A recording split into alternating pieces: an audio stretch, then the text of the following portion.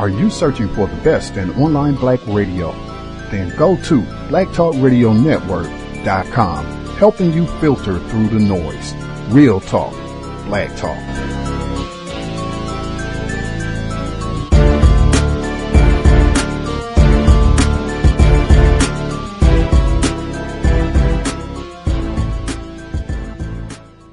The internet is full of half-truths and all-out lies. We've all seen them, and many people on social media complaining about it. Here's your chance to show and prove. WorldAfropedia.com is a black-owned and operated encyclopedia. There are several thousand articles, but we need help. We can't uncover all the truth ourselves. So please, join us and become a writer, editor, or blogger for WorldAfropedia.com today. Every little bit counts. We owe it to the future generations to put the truth out there. Visit WorldAfropedia.com, the African-centered encyclopedia, a global database of African knowledge for the purpose of bringing about global African wisdom and understanding. WorldAfropedia.com.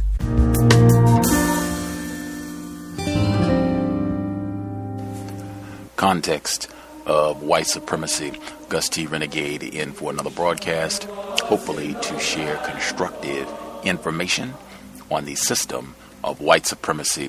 Today's date, Friday, February 26th, 2016. So I have been told.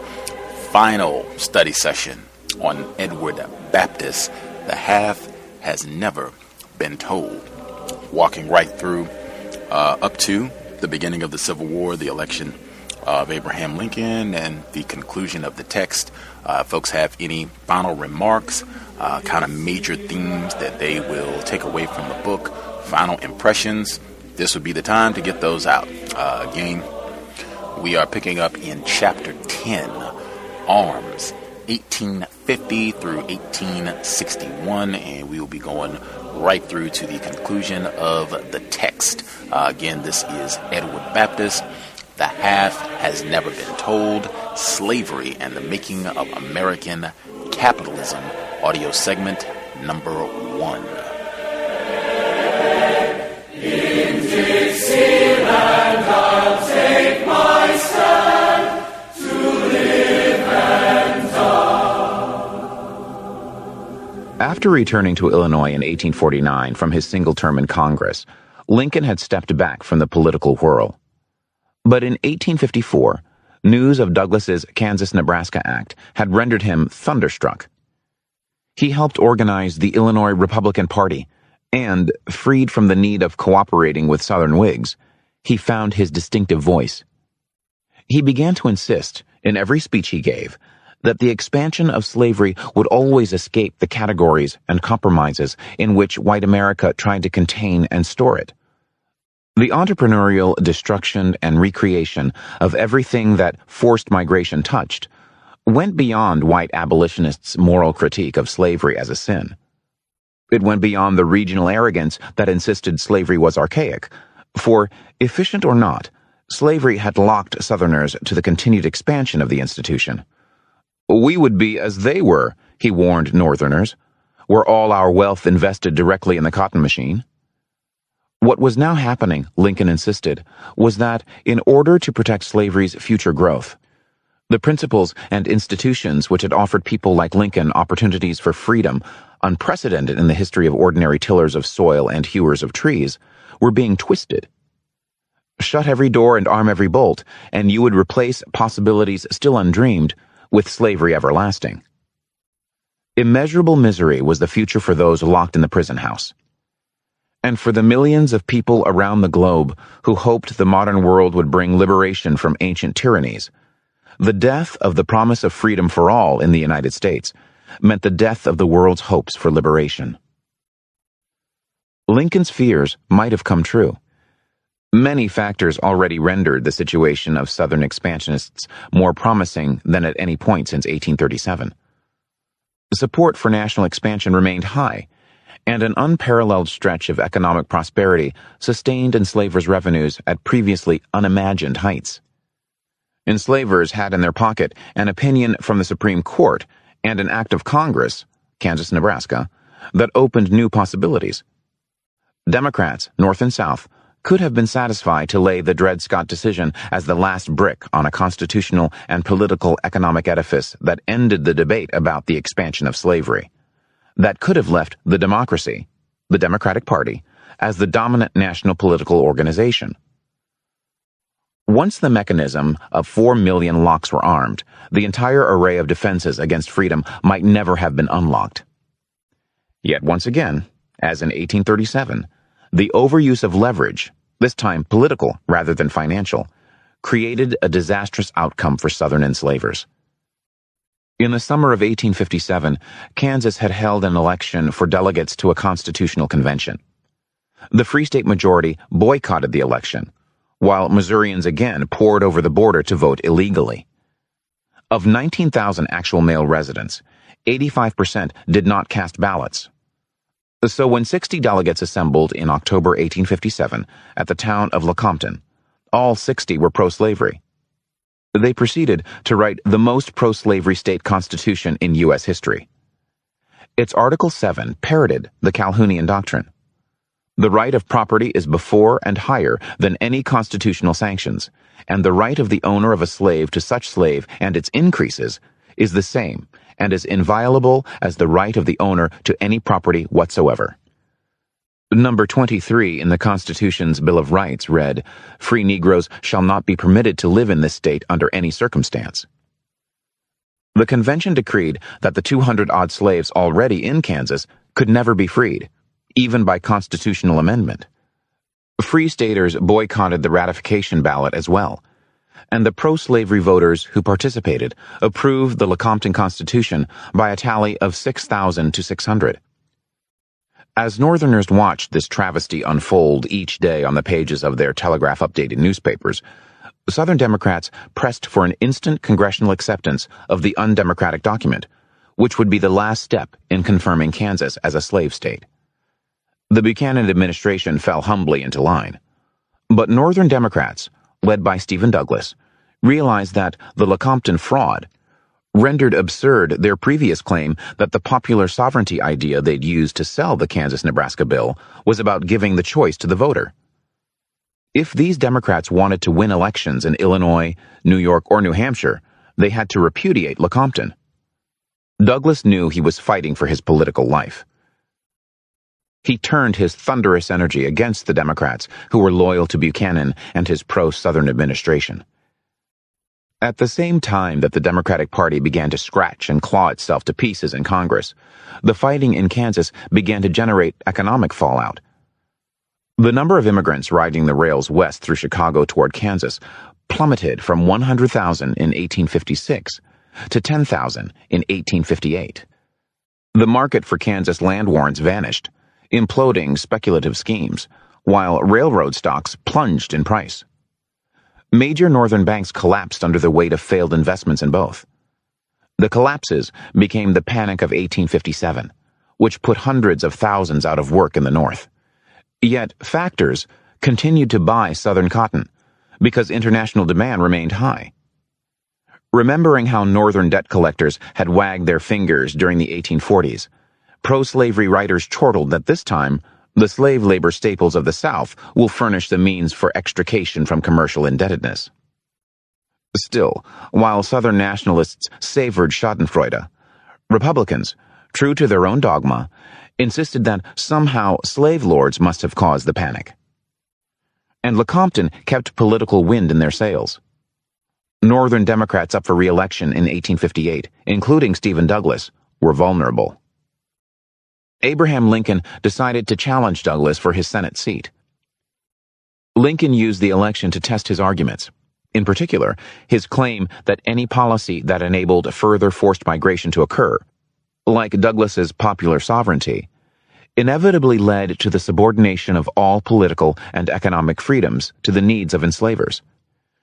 In the 7 Lincoln-Douglas debates of August to October 1858, the challenger grounded the anti-slavery argument on a foundation that held true whether the listener was an open racist, like David Wilmot, an abolitionist, or something in between. Lincoln insisted that slavery contradicted what he understood to be the fundamental truths of American identity, particularly the natural rights claims of the Declaration. If slavery is not wrong, nothing is wrong. Lincoln acknowledged the difficulty of ending slavery in a day, a week, or a year. Slavery, he said, was like a gruesome metastatic cancer growing on a man's neck. He dares not cut it out. He bleeds to death if he does, directly. Slavery, he said, was also like a rattlesnake that crawled into a bed where the children are sleeping.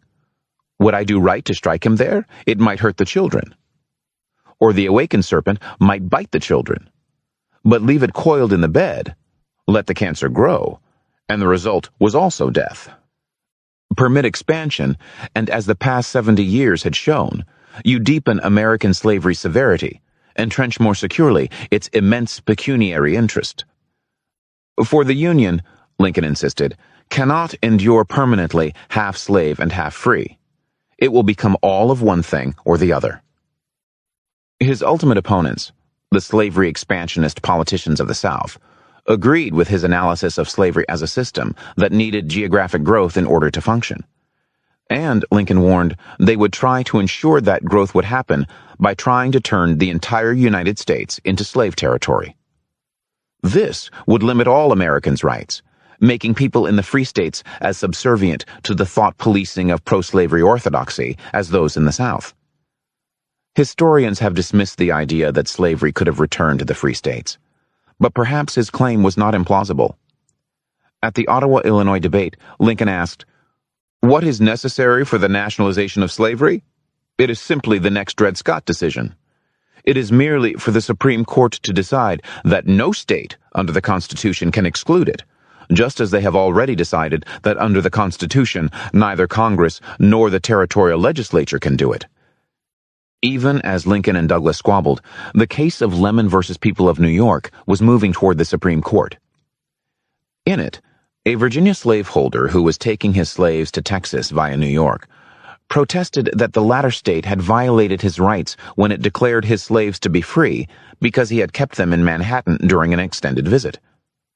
A Taney-led Supreme Court might well rule, on the broadest substantive due process grounds, that no state could deny slaveholding citizens of the United States the right to hold their human property.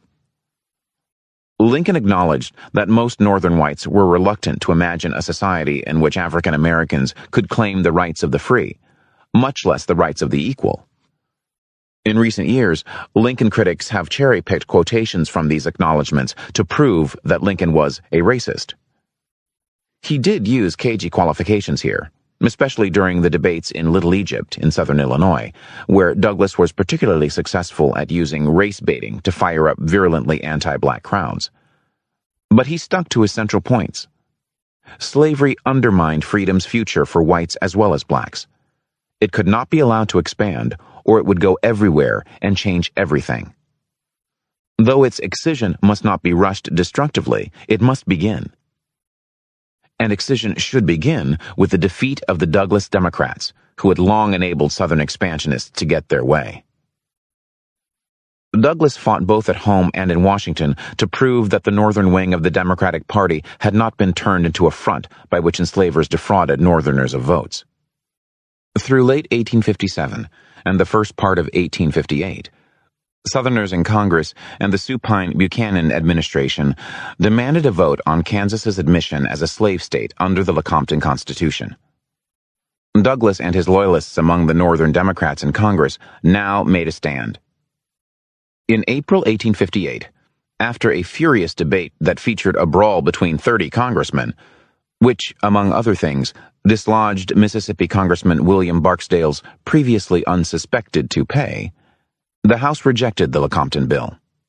The Senate insisted, over Buchanan's protests, on returning the proposed Constitution to the territory's actual residents for another opportunity to reject or ratify.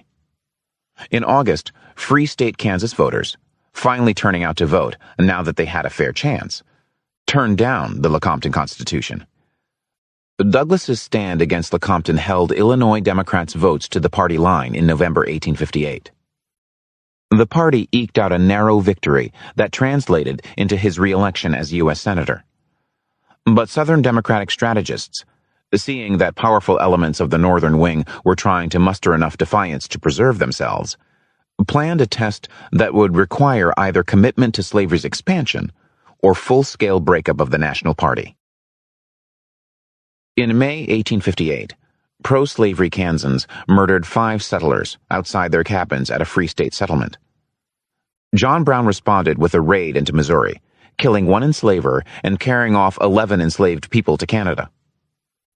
Early the next year, Brown went to Boston and met with a group of wealthy abolitionists who admired his Kansas work.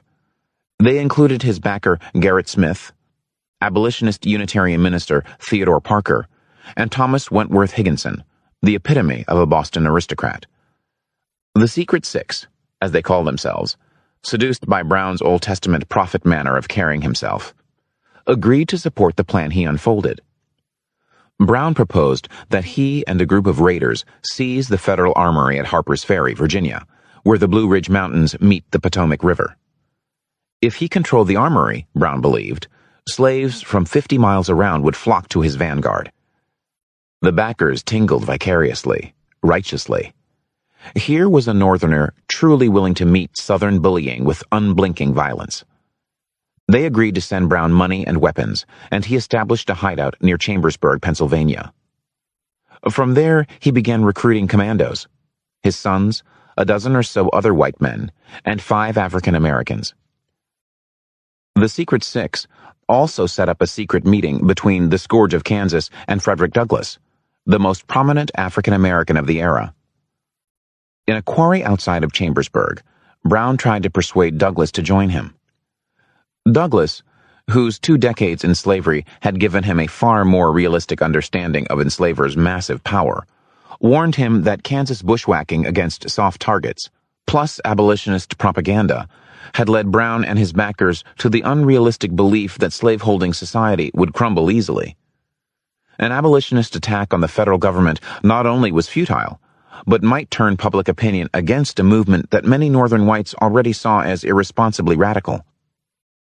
On the evening of October 16, 1859, without Douglass, Brown and 18 warriors slipped into Harper's Ferry, a small town in Virginia, now West Virginia, perched on high cliffs over the main routes into the rich Shenandoah Valley, including the slave driver route to Kentucky.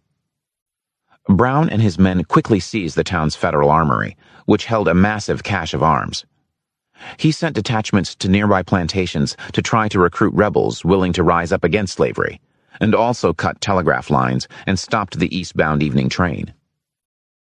The attack went wrong from the start. Brown's men killed a train conductor, ironically a free African American, and then inexplicably let the train continue down the tracks to Washington, bringing news of the raid. Brown's recruiting parties brought only 4 people back from nearby slave quarters.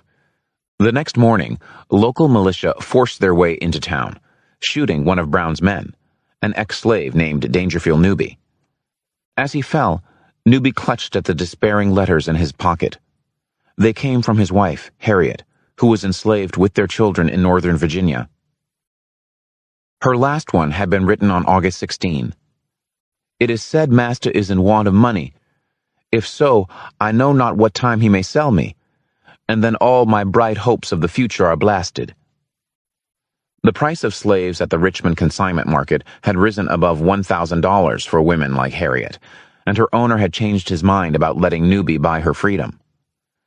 Now some militiamen paused to mutilate Newby's corpse, cutting off his testicles and his ears as souvenirs. The rest forced Brown and his remaining men to make their stand in the armory. The next morning, U.S. Marines from Washington, under an Army colonel named Robert E. Lee, stormed the stronghold. The Federals killed many raiders, including 2 of Brown's sons, and captured the badly wounded Brown. Though Brown's crimes were clearly federal, Buchanan allowed the state of Virginia to try him. The trial was a procedural travesty, but there was no lack of evidence for his conviction for inciting insurrection. Before his sentencing, Brown was allowed to speak. The New Testament on which he had sworn to tell the whole truth, he noted, commanded him to remember them that are in bonds as bound with them. As if he were bound himself, he had taken up arms to defend slaves' rights to freedom. If his sacrifice brought justice closer, then he would gladly now mingle my blood further with the blood of my children and with the blood of millions in this slave country whose rights are disregarded by wicked, cruel, and unjust enactments. On December 2, 1859, with hundreds of militia guarding the execution site at Charlestown against a rescue attempt that never came, the state of Virginia hanged John Brown. Brown's wife recovered his corpse and sent it to their farm in New York for burial. The bodies of the two African Americans executed with him, South Carolina fugitives Shields Green and Freeman John Copeland, were taken by medical students and used as dissection cadavers. For 70 years, Southern and Northern economic and political elites, and many average white citizens, had cooperated to extract profit and power from the forced movement and exploitation of enslaved people's bodies and minds. Always, the pro-slavery forces had made the rest of the United States choose between profitable expansion of the slave country or economic slowdown, between slavery and disunion, between supporting a party turned into a colonized host for viral pro-slavery dogma or defeat in national elections, between bills for expanding slavery into Kansas, or passing up the opportunity to build a transcontinental railroad. John Brown and his band of futile revolutionaries signaled that the game was changing. The clarity of Lincoln's arguments had also raised the warning, but he had at least lost in 1858, and perhaps Northerners would once more flinch from containing the expansion of slavery in 1860. But somehow, in losing, Dangerfield Newby, Shields Green, John Copeland, and John Brown had won. For now, Southerners believed they had to choose: run the risks created by making good on the threat to leave the Union, or remain in the Union and risk another Harper's Ferry. Someone discovered a map at Brown's Maryland hideout. Newspapers breathlessly detailed the additional targets marked on it. Whites began to look at any neighbor of uncertain origin, eyeing them as potential John Browns, seeing every newspaper report of a local murder as part of a wider plot. William Keat, Florida slave owner and brother of secessionist politician Lawrence Keat, had his throat slit in the middle of the night by his own slaves. A traveler from South Carolina was seized in deepest Alabama by a local mob, although eventually, when he proved that he owned slaves back home, they let him go. A Massachusetts mapmaker, peddling his wares in Georgia, was picked up by vigilance committees. An Irishman in Columbia, South Carolina, dared to express the opinion that slavery drove down wage rates for white laborers. A mob stripped him naked. The state legislatures ordered a slave to beat him, and then they poured boiling tar on his bleeding skin and doused him with feathers. The northern newspaper that interviewed the Irishman when he made it back to New York reported that he had always voted with the Democratic Party. Rumors of slave conspiracies and news of lynchings competed with each other throughout the anxious winter and spring of 1859 to 1860. And alongside them were stories about northern whites who heaped hagiographic praise on John Brown as he dangled. National Republican politicians disavowed the raid, but even moderate opponents of slavery expansion adopted Brown as a symbol of uncompromising resistance against much resented slave lords. The city of Albany, New York, fired 100 salutes to John Brown on December 2, starting at the scheduled time of his execution. Northern middle-class public culture depicted him as Christ-like. Ralph Waldo Emerson wrote that John Brown would make the gallows as glorious as the cross. And Henry David Thoreau, last heard from as a pacifist proponent of nonviolence and a non-tax-paying protester against the Mexican War, said that, for manly directness and force, and for simple truth, all the talk of politicians could not equal the few casual remarks of crazy John Brown. Brown was, Thoreau believed, the first Northern man whom the slaveholder has learned to respect. Certainly, Brown had forced slaveholders to make new calculations. And now the long tide of slavery's expansion across the continent and hegemony over national politics seemed to poise at a crest. Crash or roll on forward? The crop of cotton in 1859 was astonishing. Almost 2 billion pounds of clean fiber in 4 million bales. Slavery's productivity was higher than ever. Some 700 pounds per enslaved man, woman, and child in the cotton country, 22 times the rate in 1790. The old rules of political gravity, the way 4 million slaves multiplied by 3/5 of the vote for each, plus 4 million and climbing bales of cotton, plus the needs of northern politicians to maintain interregional coalitions, had all worked to keep a national minority at the controls of national policy. But as Southern Democrats looked toward the upcoming 1860 National Party Convention, they feared that the failure of Lecompton, the rise of the Republicans, and the possibility of an emerging consensus in the North had seemingly arrested their project of writing entrepreneurial slavery expansion permanently into the rules of the American political system. They had told themselves that their ultimate recourse was the right to secede from the Union. Secession had become a truism of Southern public discourse, and disunion now seemed far more attractive than it had in the 1850 crisis. The boom decade had erased Southerners' fears that their economic system was either weak or decaying. Because cotton is king, as South Carolina's James H. Hammond brayed in 1858 on the floor of the Senate, no power on earth dare make war on cotton. The North would not dare to resist their going, and cotton would allow the South to continue its decade of prosperity indefinitely. Although Mississippi Senators Jefferson Davis and Albert Gallatin Brown introduced Senate resolutions operationalizing Dred Scott by requiring the federal government to impose a slave code on all territories, many politically active Southern citizens had, by early 1860, abandoned the idea of seeking solutions from normal politics. The state legislatures across the South were stocking their militia armories. Some Southern representatives in Washington were plotting a coup. They themselves would seize the capital and then would call their home states to send in their militias to defend a provisional government. The South Carolina legislature sent an emissary to Virginia counterparts shaken by Harper's Ferry to discuss a cooperative secession from the Union. The Mississippi legislature called for a Southern convention to be held at Atlanta to consider mass exit from the Union. Florida and Alabama counterparts voted for cooperative secession. In the end, the coup that Southwestern Democrats led was against their own party. Luck, or doom, had scheduled Charleston, South Carolina as the site of the Democratic Party's April 1860 National Convention. There, the heirs of 70 years of entrepreneurship on the cotton and sugar frontiers planned to force the party to bow before them and commit to making slavery's endless expansion a matter of national policy. Or else, as the Alabama State Party had instructed its delegates, secede from the convention, what South Carolina's Robert Barnwell Rhett called demolition of the party.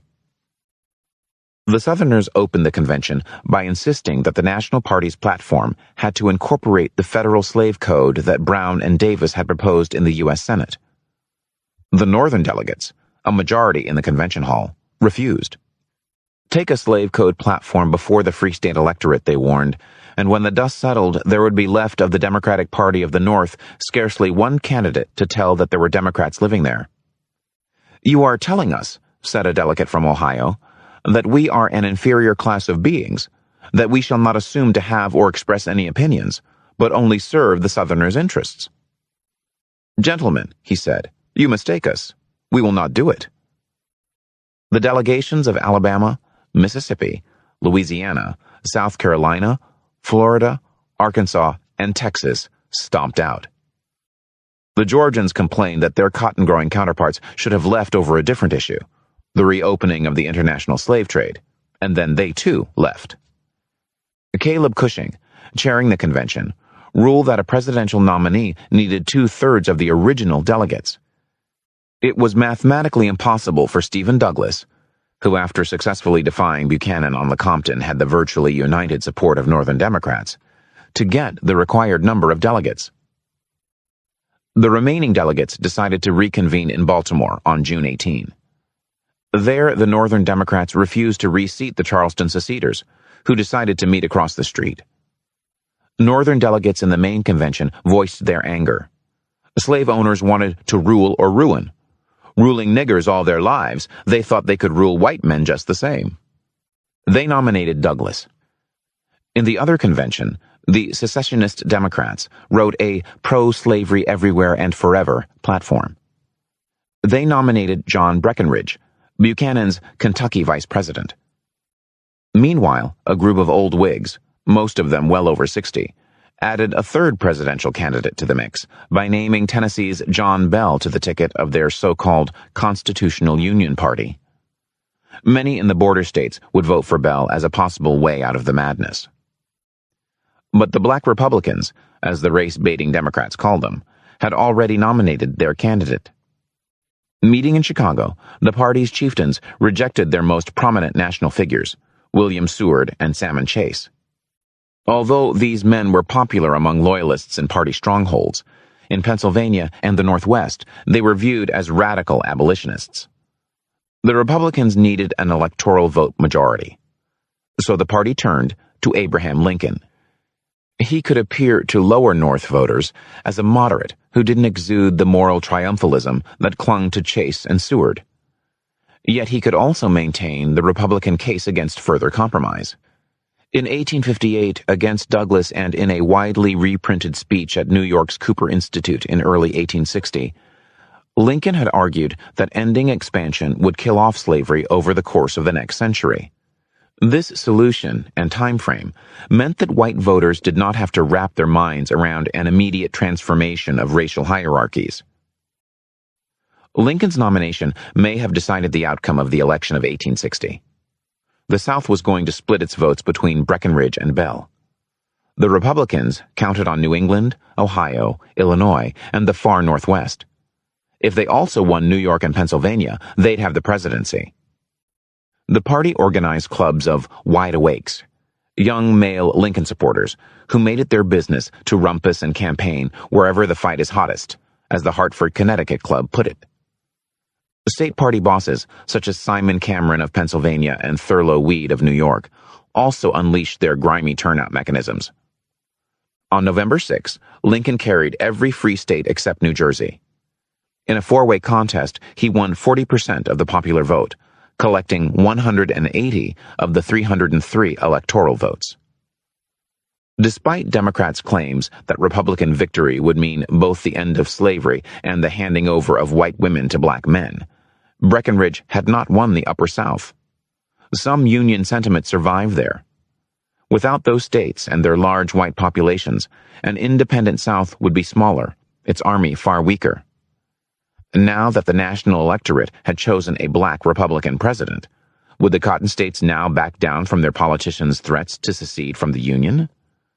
If they did secede, would their white citizens really resort to arms if the federal government moved, like Jackson in the nullification winter of 1832 to 1833, to coerce the states? In late October, South Carolina Governor William Gist had written his fellow slave state executives to ask if they were prepared to call secession conventions if Lincoln won. The Republicans frankly stated that they intended to block the expansion of slavery, with the goal of bringing about the ultimate extinction of slavery. Alabama, Mississippi, Georgia, and Florida all replied affirmatively, but hoped South Carolina would take the lead.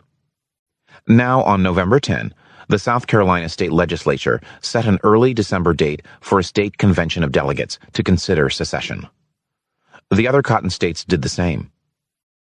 The South Carolina election was held, the convention met, and on December 20, delegates voted unanimously for secession.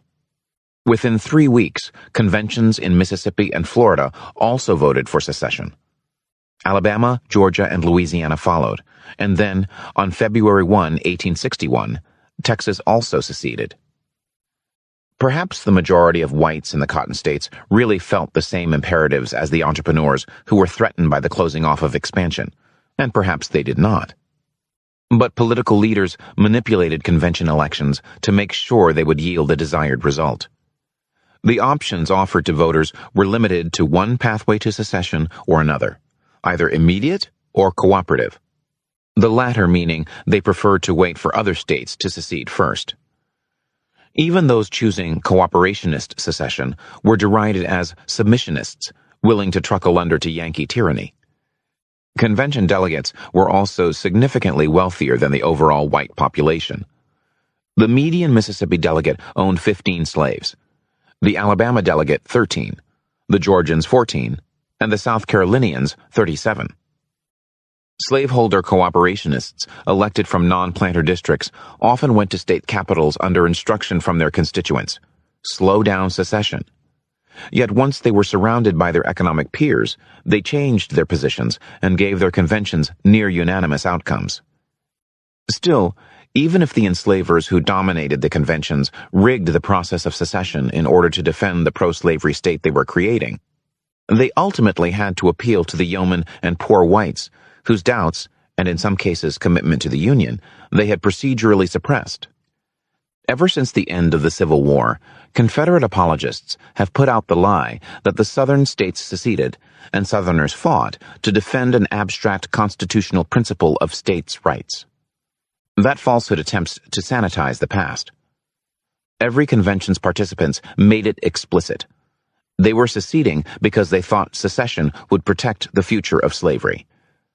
Lincoln's victory led Deep South slaveholders to claim that only secession could save the South from being stripped, as one Alabama editor, a former Douglas supporter, said, of 2,500 millions of slave property, and to have loose among us 4 million of freed blacks. From Missouri to Texas, from Wilmot through Kansas, Nebraska, and Lecompton, political debates had been about whether or not slavery could expand, not whether or not the federal government would interfere with it in the states where it existed. But secessionists feared that they could not convince the non-slave-holding white Southern majority to abandon the Union just to protect entrepreneurs' access to future cotton frontiers. Instead, they proclaimed that by electing Republicans, the North had declared its commitment to equality between the white and Negro races, as an emissary sent from the Mississippi Convention told his Georgia counterparts. Not only had the Republican Party declared its goal to be abolition, but it now demands equality in the right of suffrage, equality in the honors and emoluments of office, equality in the social circle, equality in the right of matrimony.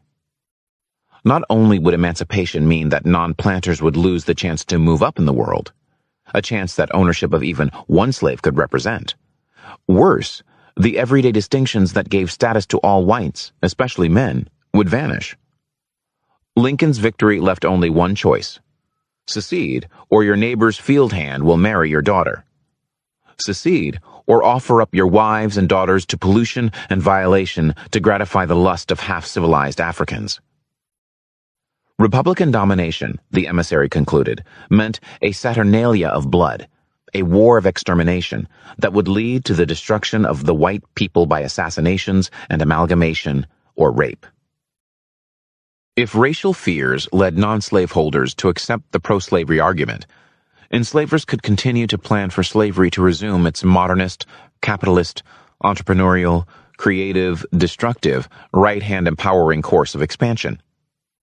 They could continue to deploy the apparatus of forced migration and slave trading that commodified black bodies, rhetorically breaking them into pieces for more profitable use by white people and creating isolated and rapeable black women. Yet the rhetoric of fear makes one wonder if the speakers knew that common white men feared the South's volatile, highly unequal, extractive, exploitative economy, and knew that without the safety net of racial privilege, and slavery was that net's strongest cord, they would fall into complete poverty and degradation. Perhaps, too, the speakers' horrors projected their own scrambled-together desires and anxieties about life in a migratory, expanding modern economy where fortunes were made and lost at a drop, the conflation of sexual force and political power, and the mixing of sexual pleasure with the use of enslaved bodies for making wealth. While these arguments worked well enough in the 7 cotton-focused states, non-slaveholder majorities in Upper South states stomped on the brakes. The February 4 election for a Virginia state convention produced only 32 immediate secessionists out of 153 total delegates. Despite the commitment of James Mason and others to Calhounite ideology, less wealthy, less ideologically committed citizens of the Old Dominion were not ready. In the same month, the voters of Arkansas, Tennessee, Kentucky, Missouri, and North Carolina also rejected secession, at least for the time being. Meanwhile, in Washington, senators and representatives scrambled to resurrect interregional compromise at the federal level.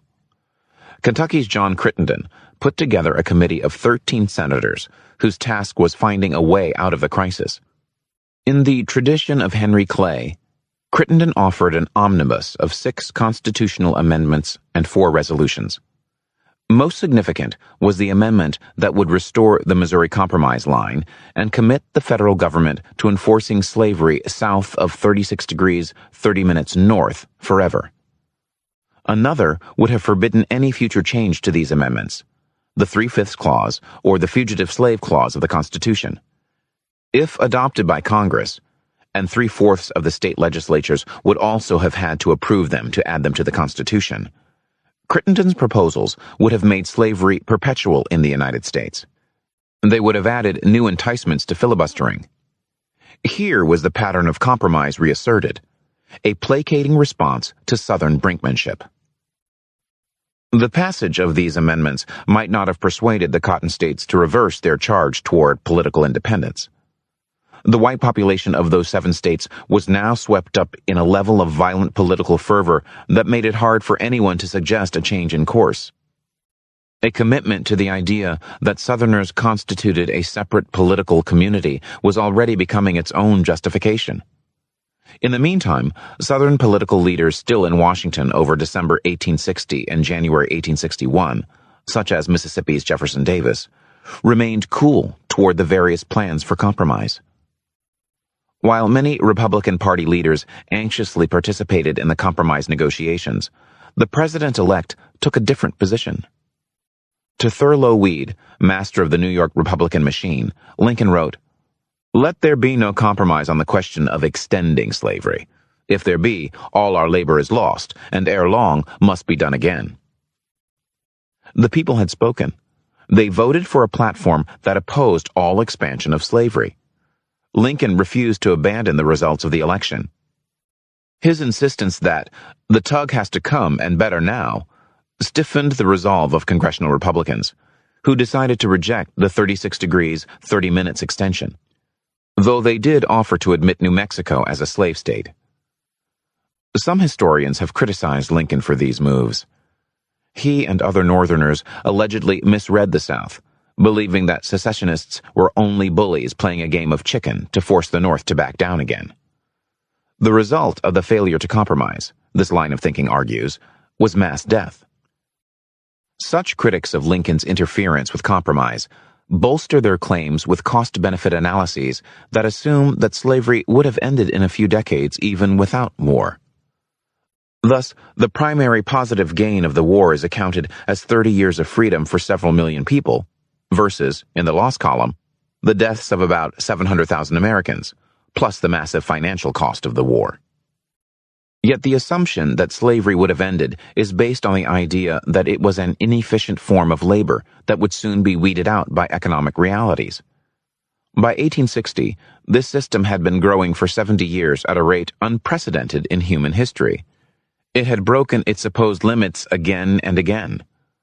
Moreover, in practical terms, the Crittenden Plan itself would have rendered the end of slavery far more difficult to accomplish. And, as Lincoln wrote in January, adopt Crittenden, and the past tells us that a year will not pass till we shall have to take Cuba as a condition upon which they will stay in the Union. In any case, the seceding states sent no emissaries to Washington or Springfield that winter, offered no bargains that included renunciation of disunion. On March 4, Lincoln stood before a crowd in Washington to take the same oath that Andrew Jackson had taken. 32 years later, the democracy that Jackson's crowd drank in had dissolved. Since late January, armed men had seized most of the federal institutions in the Lower South. Representatives of the 7 Cotton states had met in Montgomery, Alabama, and declared themselves the Confederate States of America. They named Mississippi Senator Jefferson Davis as their president. Striking a most un-Jacksonian pose, outgoing President James Buchanan had done nothing about any of this. And by Inauguration Day, a crisis was sharpening to a sword point. Federal troops evacuated their fort near Charleston Harbor's old slave trade wharf and moved to Fort Sumter, a new installation that was much farther offshore. Confederate officials demanded Sumter's surrender. So far, its commandant, Colonel Robert Anderson, had refused, but his troops were running out of food. The raw-boned Kentucky-born lawyer took the oath of office from emaciated old Roger Taney. Lincoln then turned to face the crowd. His 6'4" frame towered over the podium. This president, a lifelong opponent of Jackson and his followers, was taking office as the most common man to hold the office, before or since. No president had been poor in his youth. Yet here was Lincoln. And here, too, was another irony. The president-elect had made Jackson's great enemy, Henry Clay, his beau ideal of a statesman. But Lincoln had been studying Andrew Jackson's words from the 1832 to 1833 nullification crisis in preparation for facing down the rebellious enslavers. Just as he had pointed out to his wavering Republican colleagues when he refused surrender disguised as compromise, Lincoln now told the nation and the world that consent to secession meant agreement to the principle that the loser can overrule the outcome of an election. The secessionists' demand, Lincoln argued, ripped the fabric of democratic government, replacing it with the principle that a slaveholder's threat is the ultimate right-handed veto.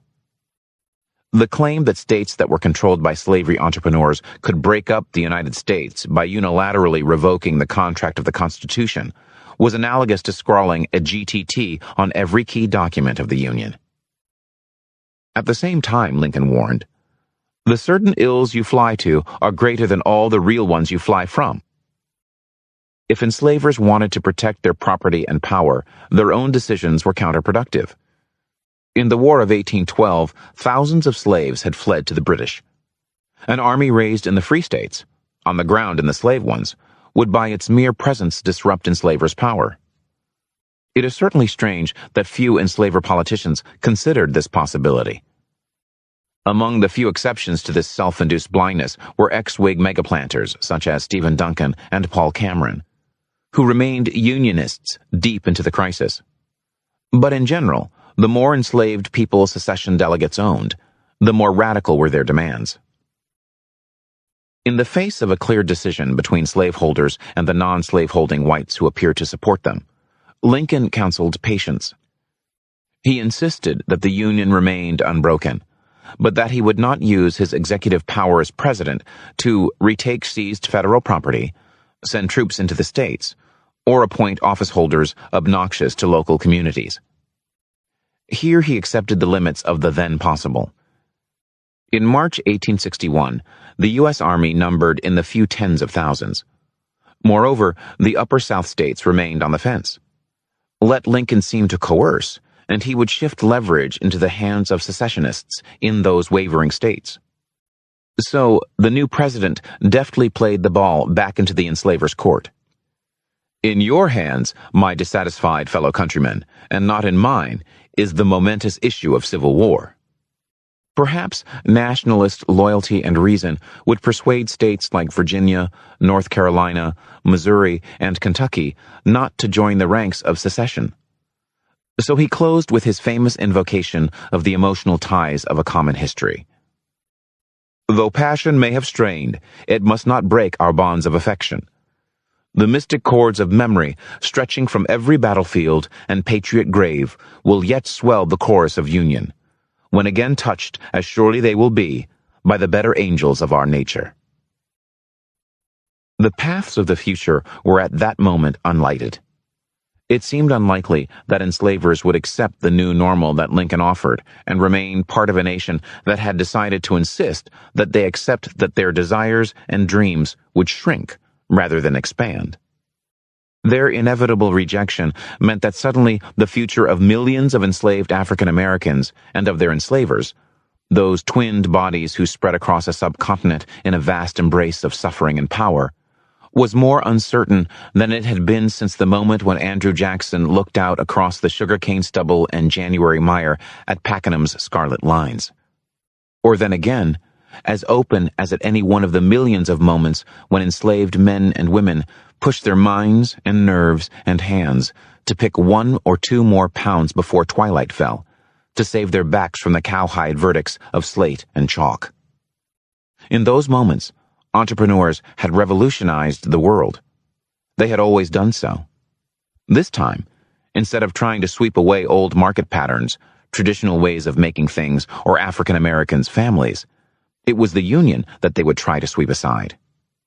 And then, as with all of those other creations and destructions, they would try to replace it with a new arrangement that was far more conducive to their own profit and power.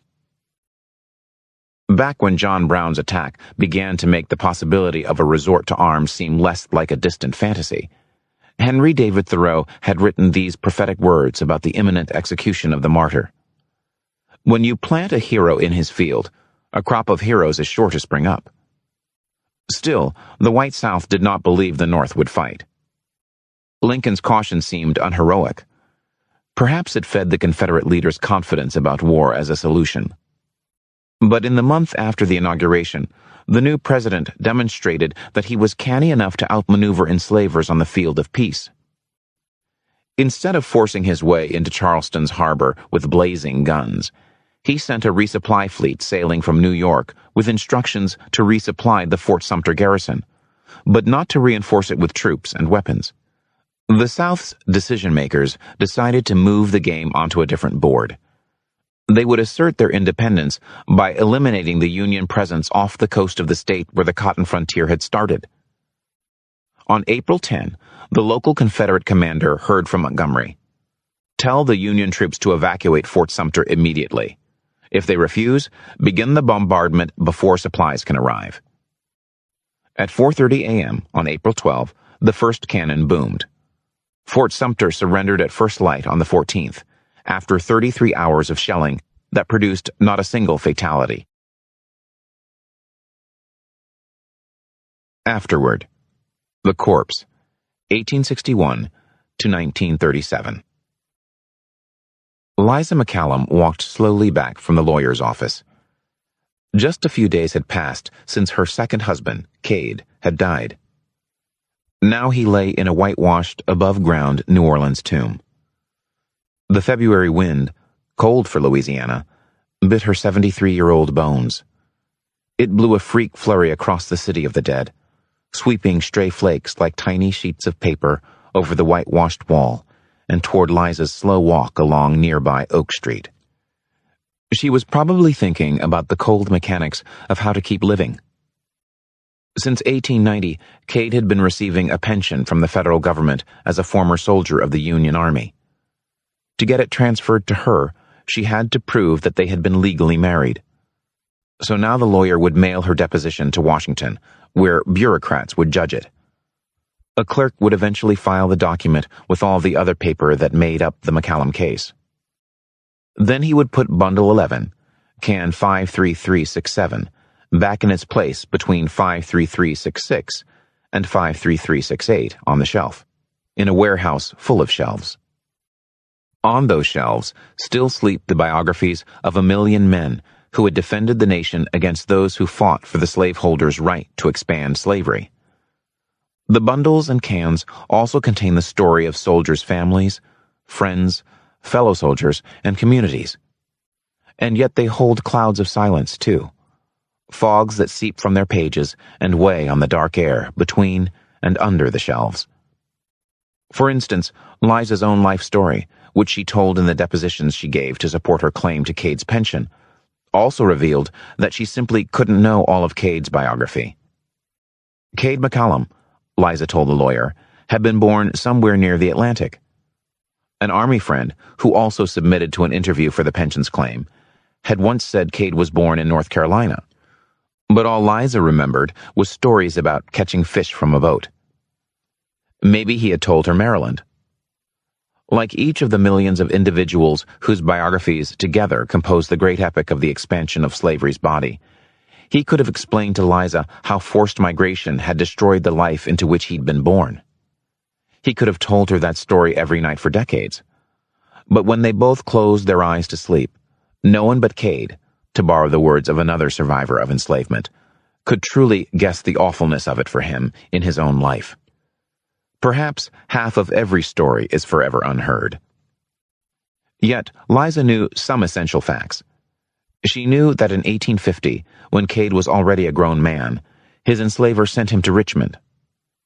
Turned into money, shipped on to New Orleans, and sold as a hand, by 1861, Cade was toiling on the Iberville Parish slave labor camp of a woman whom he remembered as Madame Palang.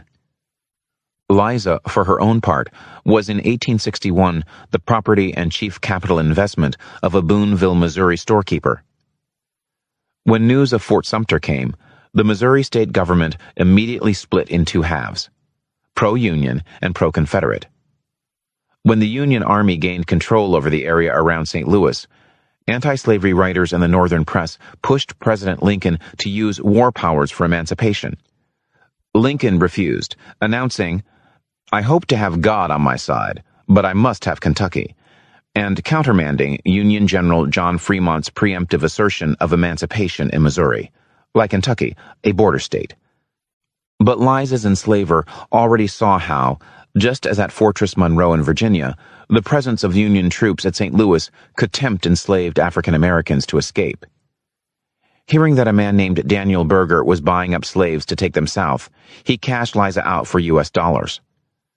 By the late summer of 1861, she was in the trader's yard in the town of Plaquemine, coincidentally in Iberville Parish. By that time, Cade McCollum was still on Palang's farm, though he was probably no longer picking cotton.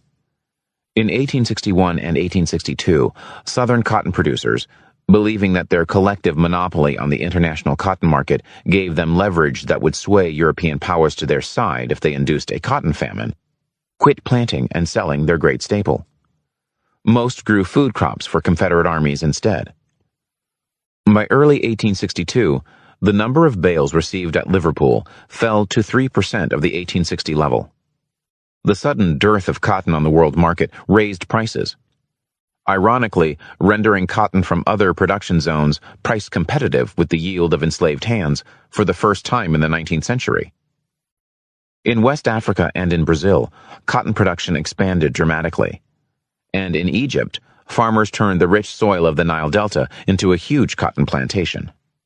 They took their earnings from 1861 to Cairo and purchased slaves brought down the Nile from Sudan, or across the desert in caravans from Darfur.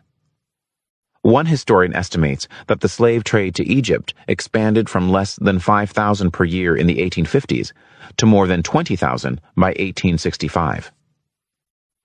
Even before the end of 1861, the Confederacy lost control of its oldest cotton region, South Carolina's Sea Islands. When Union ships bearing an invasion force arrived off the coast south of Charleston in the summer of 1861, enslavers fled. Union forces occupied the coast around Hilton Head. African Americans, who made up over 90% of the local population, began talking about dividing the plantations where they had toiled for generations into individual farms. But federal and other northern policymakers feared that the South would follow the Jamaican precedent. There, after Britain's 1834 empire-wide emancipation, formerly enslaved people refused to participate in sugar plantation labor, wrecking Jamaica's commodity export economy. To prevent a repetition of that process, as the 1862 crop season loomed, the Treasury Department claimed authority over the abandoned lands and rented them to northern entrepreneurs who proposed to reorganize and revive cotton production on the Sea Islands. Often the lessee's agenda went beyond profit alone. For example, there was the group of Vermont entrepreneurs who assured the Treasury that their New England skill and energy could direct these persons to grow cotton 25% cheaper when employed by fair wages than when compelled to do it as slaves.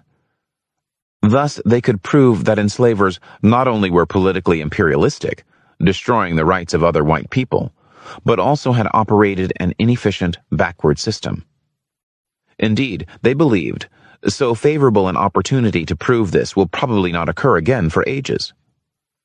Should $6 per month prove insufficient motivation to convince newly liberated African Americans to enter the cotton wage labor market, instead of growing corn and yams to eat, The New Englanders also asked permission to use the ball and chain to enforce authority. The experiment didn't work, at least not on the terms of northern plantation lessees. They signed contracts to pay workers by the month, only to find that at the end of 1862, half of the cotton was rotting in the fields, cotton that could have been picked only at whip-driven speed. Unwilling to admit that wage labor might not be as efficient in all cases as slave, some experimented with paying pickers by the pound, withholding monthly wages until the end of the harvest, or haranguing the workers, telling them that if they failed to work well, I shall report them to Massa Lincoln as too lazy to be free. Yet neither Sea Island experiments nor distant continents came close to spinning Lancashire's mills back up to speed. Cotton remained scarce on the world market, and cotton prices sky high. Across this particular continent, the Union and the Confederacy fought bigger and bloodier battles with almost every passing month. By late 1862, the two warring republics, one slave and the other still part slave, had between them almost 1 million men under arms. The Union barely blunted a Southern invasion in a battle where 3,600 soldiers died and 17,000 were wounded on a single September day at Antietam Creek in western Maryland. Most of the press focused on the eastern theater of war. Much of the nation's historical memory continues to focus on the drama and the generals of that front of battle. Yet the war was also decided on the cotton frontier of the Mississippi Valley, the theater where many of the fundamental dramas of American economic development had played out. And the key event here occurred on the end of April 1862, when a Union fleet, succeeding where the British had failed, broke through the Mississippi River's collar of forts and reached New Orleans. Confederate officials fled the South's biggest city, and Union troops disembarked on the same levee where Rachel and so many others had landed. Soon after the Union captured New Orleans, contrabands began to leave nearby slave labor camps and stream into the Army's Camp Parapet, just west of the city. Parapet's Union commandant resisted enslavers' entreaties for him to sort out the bond people of loyal masters and send them back. So many thousands of runaways thronged the facility that the Army soon built a second camp in St. Charles Parish at Bonnie Carree, not far from the 1811 slave revolt's epicenter. Context of White Supremacy.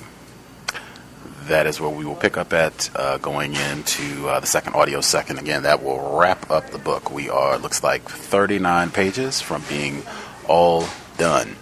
If you have commentary you would like to share, feel free. The number to dial is 641-715-3640. The code 564-943#. Press star 6 if you would like to participate. The number again, 641-715-3640. The code is 564-943#. Press star 6 if you would like to participate.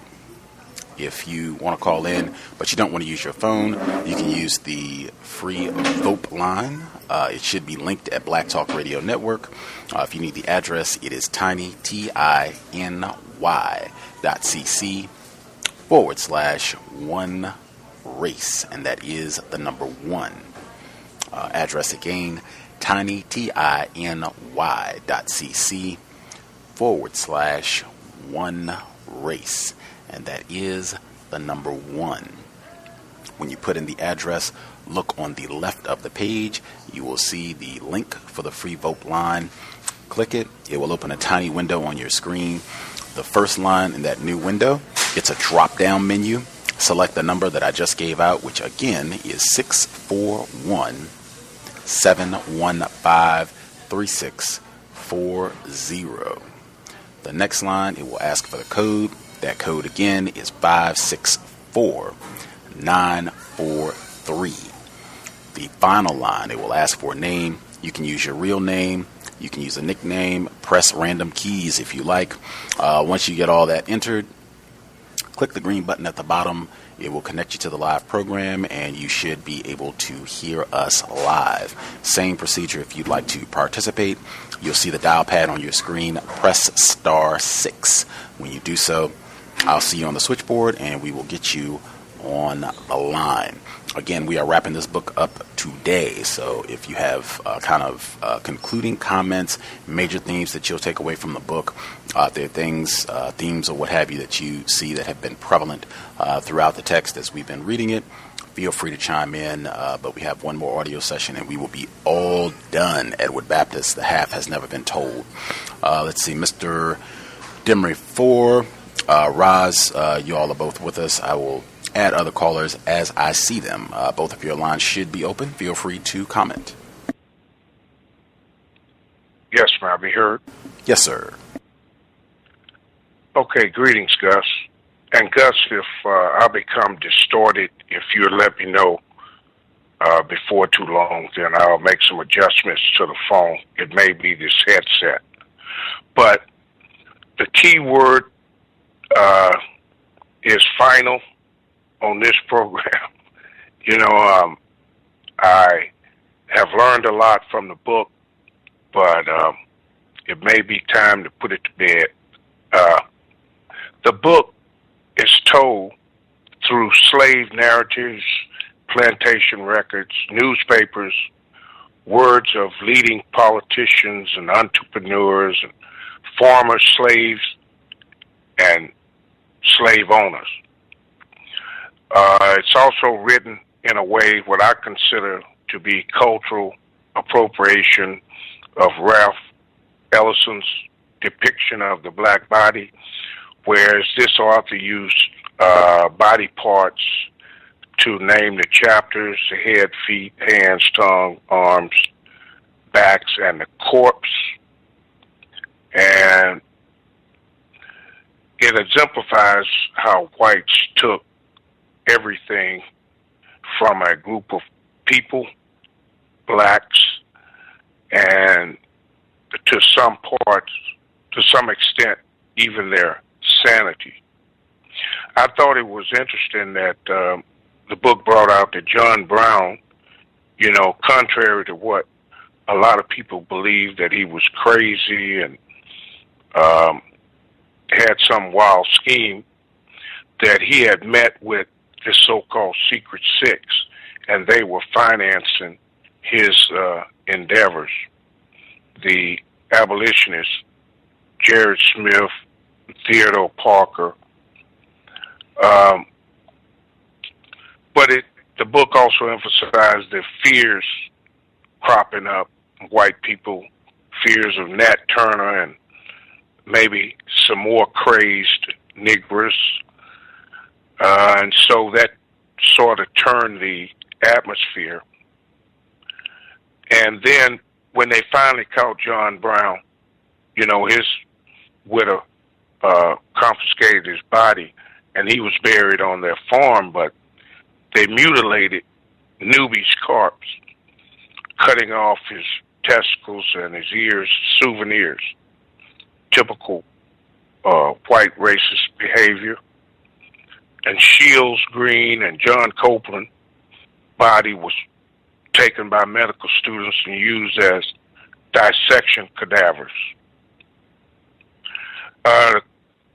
The book brought out the fact that enslavers overused their leverage, so they may have been their own worst enemies, but they were doing everything possible to keep slavery expanding and to keep blacks under this slave system. There was offers to reimburse slave owners for emancipated slaves, but no compensation was ever offered or given to any of the ex-slaves, who often ended up in union-controlled labor camps. I'll speak some on that a little later, but I just wanted to mention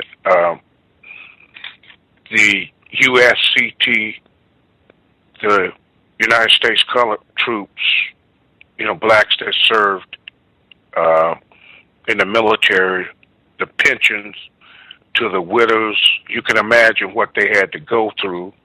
And then to get those survivor benefits, proven marriage and also birth certificates or anything of that nature, it probably was a nightmare. And the fact that a lot of slaves, ex-slaves, didn't know where or when they were born. And the book mentioned that ex-slaves were considered contraband. Therefore, the Union soldiers was not obligated to return them back to the slave owners as their property. So I'll mute my line and give somebody else a chance. I got a few more notes that I give in the next reading.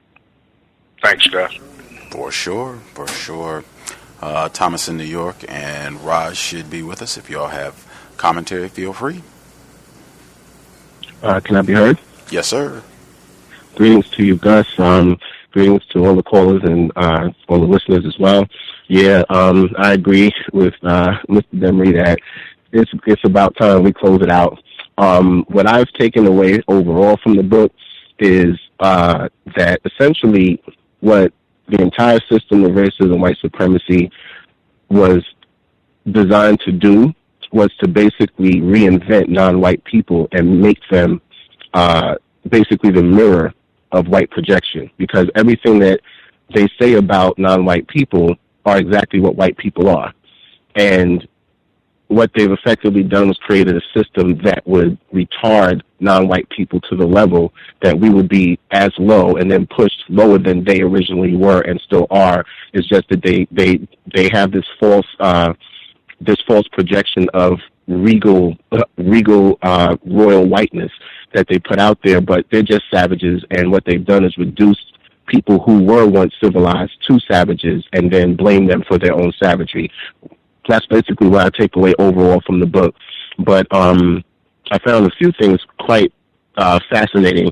There was a part on page 381 that says Free Staters boycotted the ratification ballot, as well, and the pro-slavery voters who participated approved the Lecompton Constitution by a tally of 6,000 to 600. As Northerners watched this travesty unfold each day on the pages of their Telegraph updated newspapers, Southern Democrats pressed for instant congressional acceptance of the undemocratic document, which would be the last step in confirming Kansas as a slave state. I found this to be a very deliberate act of racism, simply because he's calling their voting for slavery a travesty, which really it wasn't, because they were fighting for whether the North's form of racism, white supremacy would be dominant, or the South's form of racism, white supremacy would be dominant. And when he also calls this an undemocratic document, it's very democratic, because everything that this nation has done to black people and to non-white people in general has always been done with government sanction. Throughout this entire book, we've read about how the government was behind all kinds of terroristic acts. So to me, this is just double speak again, or rhetorical ethics that the author is using in that section. Then further down the same page, it says, still, while other Southern nationalists favored schadenfreude. And I looked that up. And schadenfreude means to derive pleasure from hearing or seeing the misery of others. I found that to be an act of racism as well, because white people, whether Northern or Southern, they all derive severe gratification from the abuse, mistreatment, and genocide against black people. And I just find it very much an act of racism that he would try to separate the North from the South, which has always been a big misconception, especially for black people. We've been under the impression that the North was somehow better than the South. But I go with what Minister Malcolm said: as long as you're south of the Canadian border, you are down south. And that was one of the other things I wanted to talk about. Let me see. Here. On the bottom of page 382, it says, Lincoln acknowledged that most Northern whites were reluctant to imagine a society in which African Americans could claim the rights of the free, much less the rights of the equal. So essentially what he's saying again is that northern whites were definitely no different from their southern white counterparts. They just had different ideas about how to practice racism and white supremacy, and ultimately the North were the ones who basically wanted the dominance at that particular time, but they never thought that we were equal, which he was one of them as well. And they did not think or did not want us to claim the rights of the free, as he says, out of his own mouth. I found on 384, they had a whole paragraph dedicated to John Brown, and they described him in such glowing terms. They said, the backers changed vicariously righteously. Here was a northerner truly willing to meet Southern bullying with unblinking violence. They agreed to send Brown money and weapons, and he established a hideout near Chambersburg, Pennsylvania. From there, he began recruiting commandos, and so on and so forth. And I just find this, again, just another act of racism. They're trying to make him the John Wayne of anti-racist. The only thing I could say that might be considered good about him, because he's a racist too, is that he was willing to kill other white people. Any white person that's willing to kill other white people, I'm good with that. But outside of that, he gets no props from me. And I just see the writer perpetuating this false myth of John Brown being the gun-toting Tim Wise. Also, just I won't speak too much on it, but Mr. Demery brought up the cutting off of Mr. Newby's testicles, and I just thought of that. Essentially, they were treating him like a black person, and that's how I looked at that. And then, of course, the mutilation of the two African Americans that were executed with John Brown, and the use of their bodies as dissection cadavers. And it just speaks to the complete and utter disrespect of black bodies. And it made me think of a documentary I saw on I believe it was National Geographic, where they were talking about how white scientists discovered the pineal gland. And it was from essentially taking black soldiers. They took a bunch of black soldiers, and they also did dissections on white soldiers' brains. And there was, like, I think hundreds of them, if I'm not mistaken, from the documentary. And that's where they first discovered what the pineal gland was, the fact that that white people had calcified pineal glands versus black people who had functional pineal glands. All of this was discovered in this documentary. They talk about basically taking corpses, I think it might have been from the Vietnam War, the Korean War, and they would just dissect them without anyone's permission. So again, just the disrespect of black bodies. And that's what that made me think about.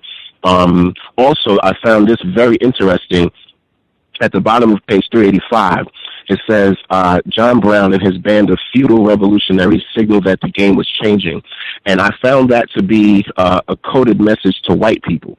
The term feudal revolutionaries basically is saying that any whites joining with blacks are feudal in any fight against racism and white supremacy. So I think that was kind of like a subliminal warning to any white person reading the book that might be thinking on the level of doing what Dr. Wilson said white people should be doing, which is be willing to take up arms against those white people who are practicing racism, is basically giving them a message, don't even think about it, because you're going to get it if you do. And then on the following page, they had a section where they talk about an Irishman. And the Irishman, basically, it says, an Irishman in Columbia, South Carolina, dared to express the opinion that slavery drove down wages for white laborers. A mob stripped him naked. State legislators ordered a slave to beat him. Then they poured boiling tar on his bleeding skin and doused him with feathers. A northern news. Oh yeah. So I just want to get to that part again. Back then, it seems like Irish people were not treated as honorary whites at that time, and as a result, he got the nigger treatment again, tarred and feathered. And to add insult to injury, before they tar and feather him, they have a black person beat him. So to me, that was just very symbolic of what Irish people were treated like. And, lo and behold, today, quite a few of white people who were police officers and paddy rollers during the slave days were Irishmen. So I found that very fascinating as well. There was, okay. Oh, here, this was something that made me think about the author.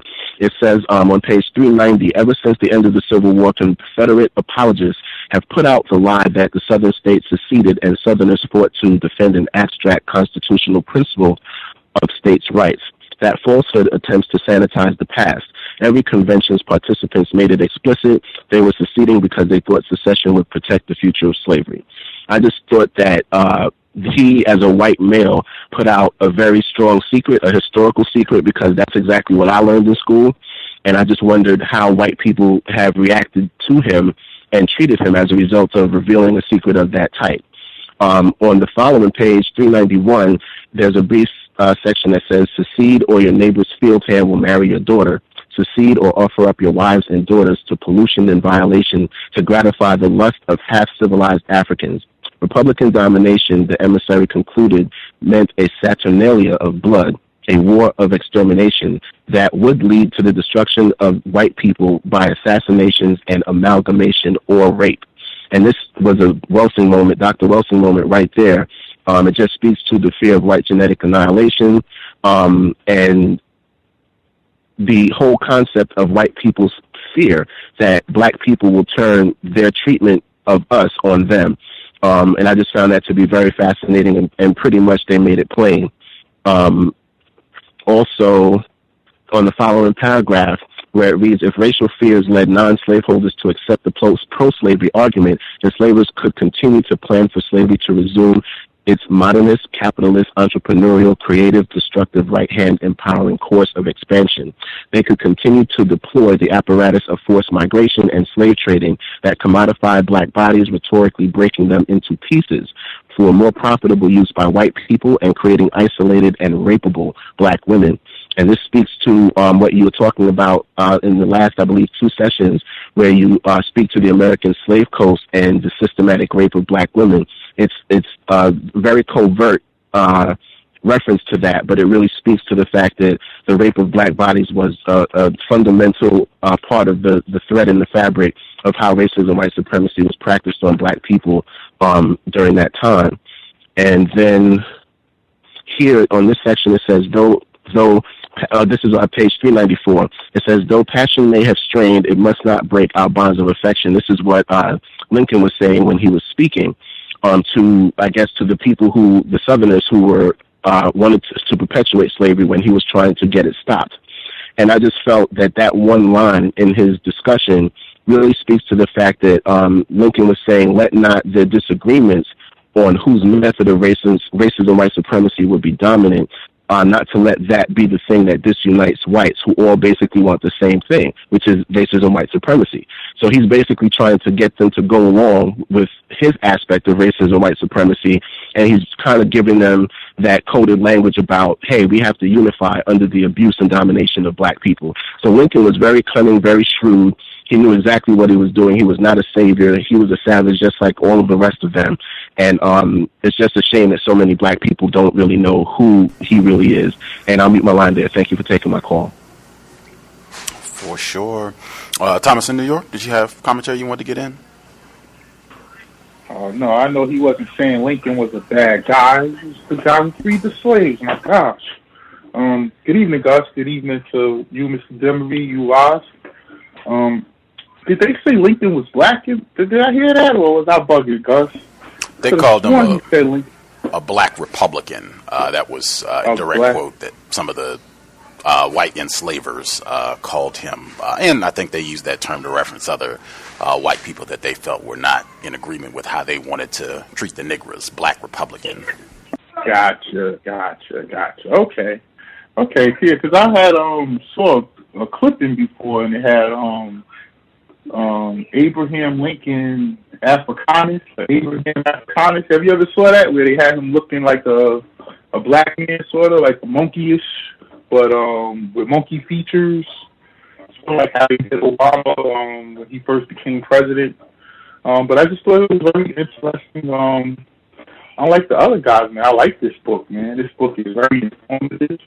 I don't want it to end. I want to hear some more about what these teachers have done and how they set up their system.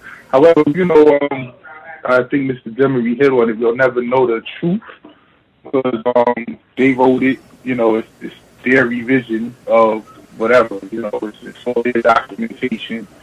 And unfortunately, not so many of us can read and write, and we're able to document things as well as they were. So it's all coming from kind of their way of thinking. But to me, it just seems the Southerners in particular, just, man, I would love to ask a true Southerner, white person, if they, knowing what they know now, would go back and have the Civil War again. And I guarantee you they'll probably say, yeah, you just played a little hard because... Your line is breaking up a little bit. Just I'm sorry. To me, it was just so,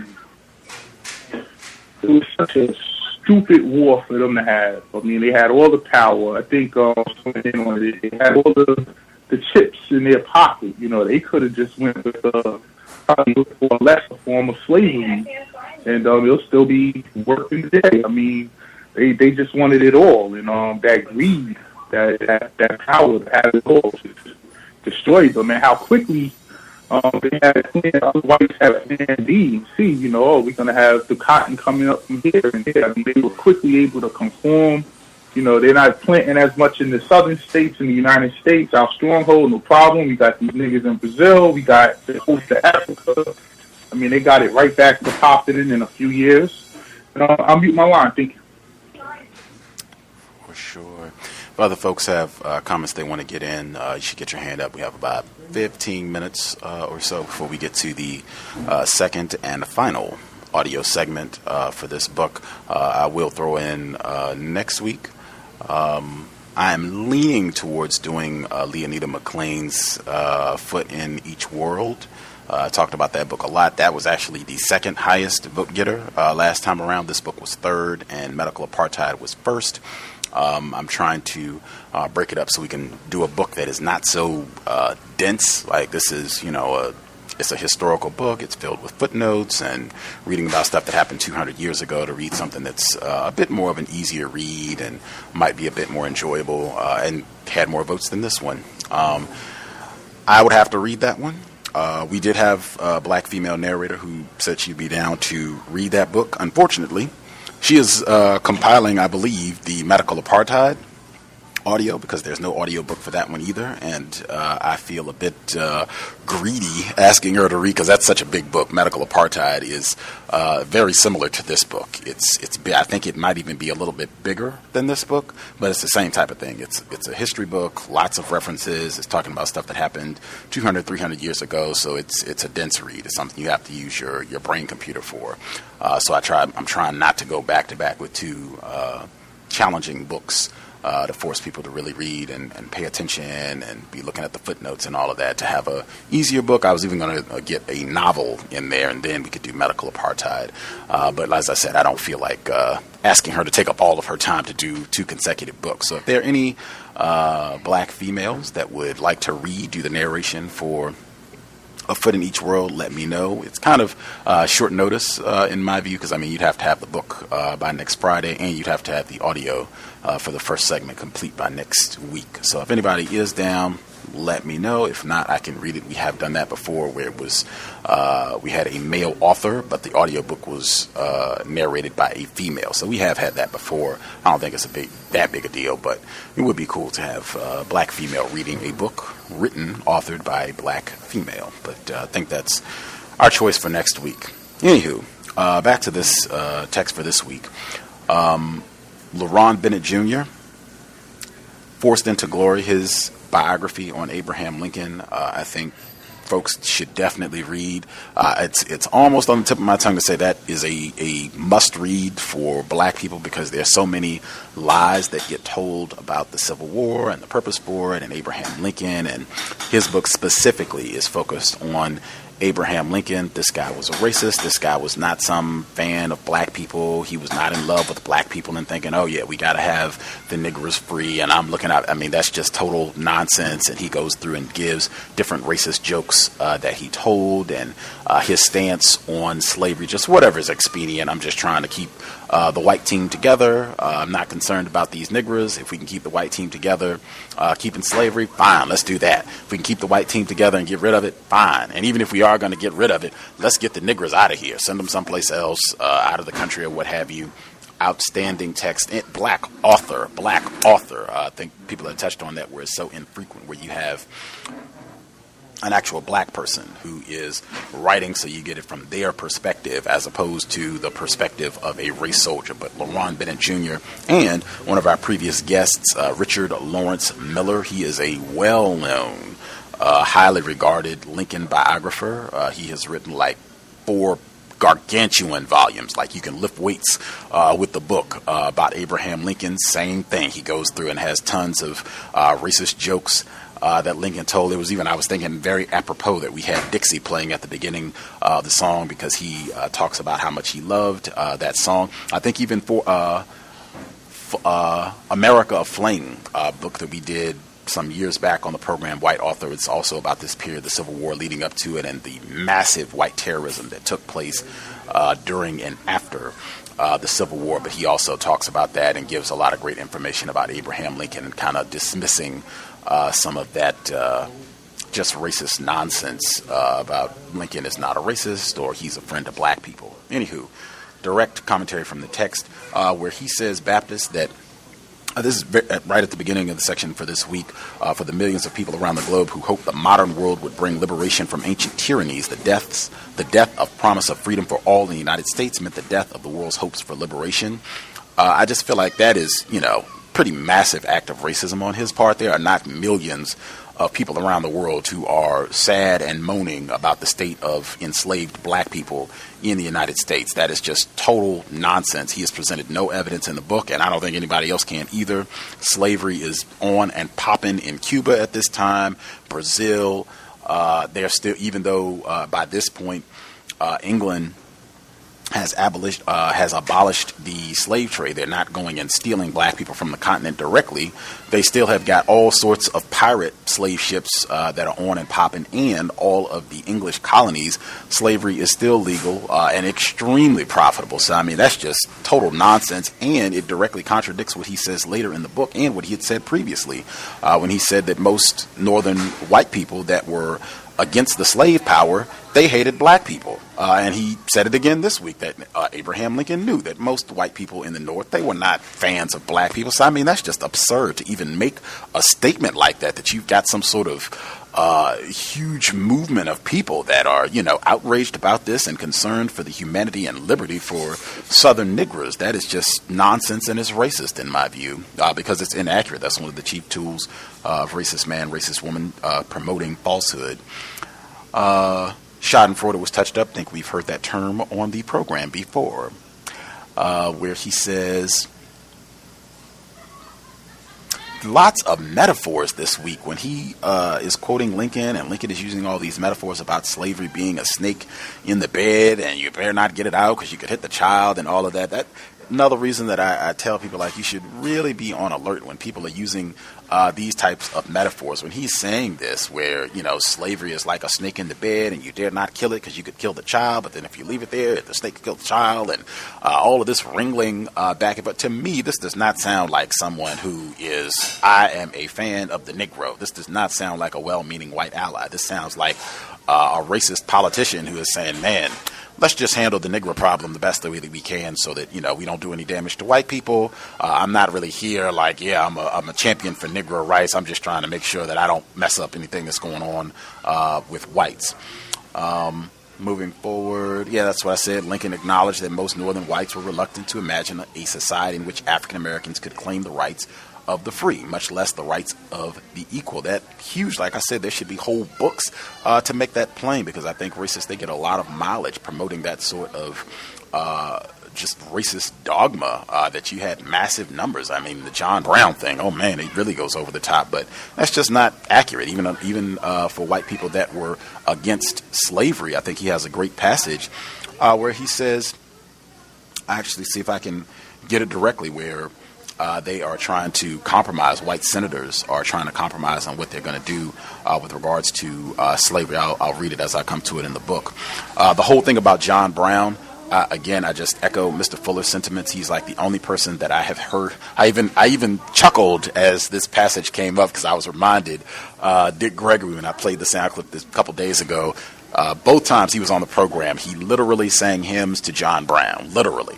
You go back in the archives, but I remember Mr. Fuller where he says, to his mind, whatever John Brown did, going out to pick up arms and all that, in his mind, he still would be a suspected race soldier. And that is the exact view that I take. I don't care what he did, his sons, this is a white person, the system is still here, you're still a suspected racist. PBS did a documentary a few years back, say like 2012, 2013, where they focused on the abolitionist movement. They spent a lot of time on John Brown, and they talked about this when he met Frederick Douglass and tried to entice him to join, and Frederick Douglass knew that this was total folly and was going to be a complete failure. And then Frederick Douglass gives some of his thoughts after this happened, and later on that John Brown was right, that this was going to take violence to end that particular form of slavery, racism. But they talk about a lot of this stuff in that. Mr. Fuller also has expressed his view that it is totally incorrect if white people come to the conclusion that, hey, we need to spill some blood, violence needs to be enacted to deal with racism, do not include black people. And pointing that out, that the first person to die in this was a black person, that right there, in my view, shows the incorrectness of this. If there's going to be some violence or what have you, already have black people who are suffering, being mistreated, being killed. Whatever your plan is, you need to make sure that it is meticulously thought out and carried out so that you do not have this where a black person is getting shot as very first person killed, some black person, and then the same thing, Dangerfield Newby, where he gets captured and they castrate him. That should not happen at all. All of the black people, just push them to the back, step aside, let us deal with this, and then we'll come get you after we've, taken care of business, and you all can go about your merry way and no longer be mistreated. The mutilation that happened to black people, he's touched on that repeatedly throughout the book. Matt Turner, you can take that all the way up to present day. Eric Garner, where he had made written complaints that he had been subjected to anal cavity searches in the middle of the street by white enforcement officials, and even John Birch, the Chicago Police Department, were a part of the reparations that they just gave out to black people. They were taking electric tasers and applying them to black males' testicles. Certainly Dr. Welsing moment, attacking black genetic material, fear of white genetic annihilation. Moving forward. Yeah, and even add in taking the bodies and using them by medical students. That's big part of that is in medical apartheid. Harriet Washington, hopefully we'll be doing that in a few weeks down the road. The white people, I think that's a common pattern as well. Thomas in New York touched on Abraham Lincoln being referred to as a black Republican. This Irishman who comes down to say, hey, white people are, missing out on their wages as a result of slave labor, and they strip him naked, have a black person, have a slave come and beat this person, and then they tar him, that you're not a white person. Your whiteness has been invalidated to come down here and act like you've got a problem with the way that we are operating our system of white terrorism. You have your white card has been revoked, and I see that sort of language being employed regularly, even to this day. The way that they talk about John Boehner, former Speaker of the House in Ohio, and had a white woman on the program. She was in the UK, no less, who kept saying that I was trying to tar her. Even that language, in my view, I think whites employ that to suggest that you are not behaving correctly as a white person, that you're not treating me like a white person, you're tarring me, the language of white supremacy. When they mentioned the city of Albany and their worship to John Brown, reminded me this week they had the big to-do in the University of Albany, where the 3 black female students were charged with making a false report and attacking white people after they said they had been attacked on a bus. All of that went down in Albany this week, where they were singing the praises in the book of John Brown and this great guy, and he did all of this to stand up to Southern tyranny. Let's see, what else did I have? Yeah, that was the few pages later, the passage that I mentioned where, this should be whole books just so that there's clarity about this. The white people in the North who oppose slavery, they are not allies to black people. They are not going to be bullied by whites, where he says the remaining delegates decided to reconvene in Baltimore on June 18th. There, the Northern Democrats refused to receive Charleston Cedars, who decided to meet across the street. Northern delegates in the main convention voiced their anger. Slave owners wanted to rule or ruin, ruling niggers all their lives. They thought they could rule white men just the same. That is a common theme that you will hear if you study this period of time, that, whites from the South are going to come up here and try and boss us and treat us like niggers. Same type of metaphor that's employed. They're not treating us like equal white partners in the business, and we're going to have a problem with that. We'll have to, come to a different agreement about how we're going to run the system of white supremacy. We'll fight, squabble, kill up a whole lot. Hundreds of thousands of us will get this problem solved, and then we go back to doing what we do best, dominating niggers.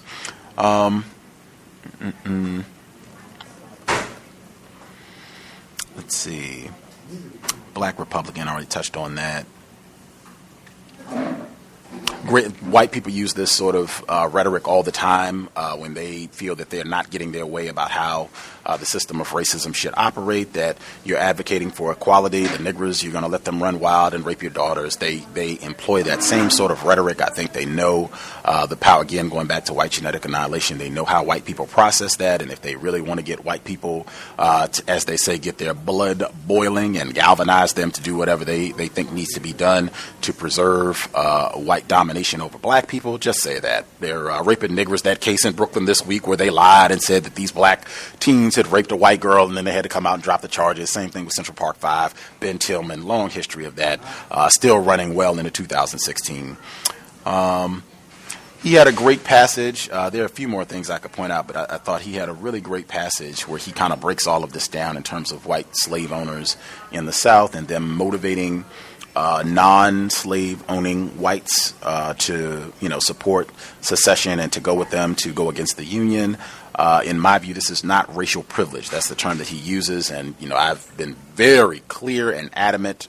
White privilege is not an accurate term. If what we're talking about, even if I don't own slaves, I'm a white person, so I have authority. I can participate in raping black people. I can participate in corralling a black person. If I see a black person, I can stop them, make any demands that I want of them. Where's your pass, nigger? You don't have it. I can snatch you up, beat you, take you back. I can participate in stealing black people up north. I can participate in all of that. That is not privilege. That is terrorism. That is white power. It should be described as such. In my view, that another act of racism, I would submit on the part of the author in just not using accurate terms. This is not about preserving my white privilege as a white man. This is about me preserving white power as a white man that I have, even if I do not own slaves. I still have white power over everybody who is classified as a black person, even if they're not a quote-unquote slave, even if they're a quote-unquote free black person. I have power over them, dominion over them. I can do what I want, talk to them how I want, as a white person, a participant in that white power, white terroristic power structure. Last thing I'll say, President James Buchanan in the American Slave Coast, he has a lot of information to submit that he was a party to helping Southerners secede. He basically says that this had been planned for a while. This was obvious that they were going to do this, that they were going to secede from the Union, and he did a lot of things to weaken the Union, to put them in a more vulnerable position to respond to this, sending the Navy halfway around the world so that they could not go respond to this quicker, sending troops out to Utah for, just silliness, so that the troops would be thinned out, Union troops would be thinned out. You wouldn't have so many people to respond to this. He submits, and apparently there's a lot of people who subscribe to this theory that he did a lot. President Buchanan did a lot before leaving office at the beginning of 1861 and handing over the presidency to Abraham Lincoln to enable white Southerners to be in a more powerful position to secede. That they had been, same thing like with the closing of schools in Farmville, Virginia in 1957, that they had been planning this for a while, that it was pretty obvious that they were going to do this, and that he did quite a bit to put them in a stronger position to do so. I will stop there. Folks have anything more that they would like to share? We have about 5 minutes, and then we'll get to the second audio segment, so feel free to do so now if you have anything else you want to make sure you get in. Can I be heard? Yes, sir. I thought about the term Black Republican, and it made me think of the song that Nas and Jay-Z did with one another. and it makes me think of black Republicans today. If they'd only known the root of that term is basically nigger, basically that's what it was used for, was to disparage Abraham Lincoln, which basically was to call him a nigger. I wonder how they would feel about even being quote-unquote black Republicans or writing a song like Black Republican with that understanding. And that's what I wanted to chime in with. Oh, one more thing. The other thing, too, about the using the bodies of the African Americans as cadavers also made me think of the missing organs, like how these white people steal like our body parts when we're dead. I remember there was I think he was either basketball or football player where he had like no internal organs, they said, and that they put like stuffed his body with newspaper. I forget the young black male's name, and they found him rolled up in like a gym mat or something. Kendrick Johnson. Kendrick Johnson, thank you so much. That made me think of that as well. I wanted to just kind of bring that up because it seems like this happens quite a bit, and I wonder what they do with these things. Thank you. I'll mute my line.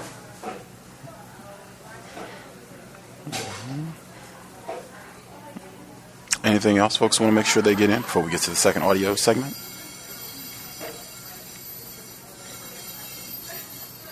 Yes, may I be heard? Yes, sir. I just want to give a shout out for Liza. She was married twice. Black love. She first was married to Thomas Farrow, and she even built a business selling food to the travelers on steamboats. And then later she married Cabe McCullough. So black love in this instance is a revolutionary act. I'll mute my line. Mm-hmm.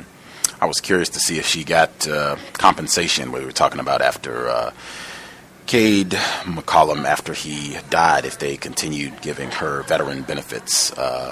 I'm thinking that's probably a precarious position to be in as a black person. Yeah, they didn't give the follow-up on that. With that, I'll assume folks are good. If you have extra commentary that you want to make sure that you get in pertaining to what we heard in the first audio segment, just make a note, and we should have time to share once the second audio segment concludes. Final portion of the book, going to the conclusion. We are in the chapter Corpse, which I'm just curious to see how all of this is going to wrap up. This is 1861 through 1937, actually. This goes quite a bit further than just the end of the Civil War. So we'll see how Mr. Baptist wraps everything up. Thomas, and savor what we have left. We'll be all done with the text. Context of White Supremacy, Mr. Edward Baptist, suspected racist. The half has never been told. Slavery and the Making of American Capitalism. Context of White Supremacy, audio segment number 2. Since the beginning of the war, Lincoln had been working to convince politicians in the loyal border states to agree to gradual or compensated emancipation plans. His efforts already represented a more active support for freedom than those of all previous presidents combined. In April 1862, Congress passed a law freeing, in return for payments to enslavers totaling $1 million, all 3,000 people enslaved in the District of Columbia. Maryland, Delaware, and Kentucky politicians refused to bend, holding out for permanent slavery. Yet after the Union won its narrow victory at Antietam, Lincoln felt that he could act more decisively against slavery. He released a document he'd written months before. The preliminary Emancipation Proclamation would prove to be the most important executive order ever issued by an American president. It announced that as of January 1, 1863, any slaves in rebel-held areas would be free. The proclamation wasn't complete. It excluded the enslaved in Union-held territory, which meant not only the border states, but also the western Virginia counties that were forming themselves into a separate pro-Union state. Also exempted was southern Louisiana, where Union leaders were trying to create a reconstructed state government and didn't want to antagonize local whites. Yet the Emancipation Proclamation offered the possibility of freedom to enslaved people held in the giant prison that was the Confederacy. So its tide ran ahead of the blue-coated army. Liza's Iberville Parish enslaver tried to move Liza farther from the flood, to Texas. African Americans called this maneuver refugeeing. At any moment after early 1862, thousands of people were being refugeed all over the South to make it more difficult for them to trek to Union lines. But as the column of slaves was passing through Opelousas, Union raiders swooped down, scattering the Confederate guards. Marching the newly liberated people back to the river, the soldiers put Liza and hundreds of liberated African Americans onto boats bound for New Orleans. Because Liza had been in the Confederate zone, the proclamation officially freed her. But after being disembarked on the New Orleans levee, she and others were herded into the city's cotton warehouses. From there, Liza remembered, decades later, we were all scattered about to different Union-controlled plantations to do forced labor. I went on the McCall place near Donaldsonville. There she met a man named Thomas Farrow. They started a relationship. They went out into the field every day, demonstrating to Union officials a disposition to work that entitled them to receive government rations. Others resisted and went hungry. This was not quite freedom. Still, enslaved people had been knocking on the portal of freedom for decades, in any way possible. Now, in a single moment, the Emancipation Proclamation had unbarred the door. Next, African Americans would force it all the way open. That opportunity was even more tangible because, as Lincoln made emancipation the policy for a long-term war that could only end with the fall of slavery's empire, another policy shifted too. Since the beginning of the war, free Northern blacks had been pushing for enlistment. The federal government, afraid of the reaction of the border states, resisted.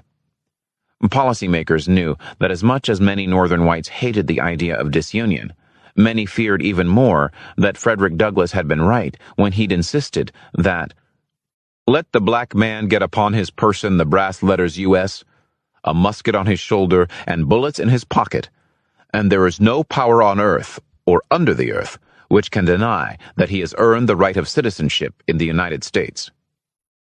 On January 1, 1863, Lincoln reaffirmed the Emancipation Proclamation. He also confirmed that the executive branch would fulfill Congress's summer 1862 mandate, allowing the Union Army to enlist African Americans. Many had already been drilling under individual states' authority, such as the soldiers of the famous 52nd Massachusetts Regiment. The new USCT, United States Colored Troops, also included numerous new enlistees from places such as Fortress Monroe and Camp Parapet. Soon, some enslaved men, drawn by word of mouth passed from one side of the battle lines to the other, were leaving slavery and enlisting immediately in the Union Army. One night in 1863, for instance, Cade McCallum and his friend James Douglas crept out of Madame Palang's slave quarters and set off east through the deep woods. To the north, the Union was trying to encircle Vicksburg. They reached the Mississippi and found a tiny skiff lodged against the west side. Douglas, who couldn't swim, climbed into the skiff. McCallum, in the water, held the boat's edge as he kicked it out into the stream. They drifted downriver. In the morning light, someone from the Confederate-controlled West Bank took a shot. Douglas lay in the bottom of the skiff. McCallum ducked like a turtle. A couple of other bullets whistled past. Then the shooting stopped. Around a bend loomed a Union gunboat. Seeing the stars and stripes, Douglas and McCallum hailed the crew and kicked and paddled that way. The sailors hauled the two men up the sloping iron-plated side of the Essex and told the river-soaked runaways they had a choice. They could go to Bonnie Carree and do plantation labor, or they could serve in the U.S. Army. Douglas and McCallum immediately enlisted in the 80th Regiment of the USCT.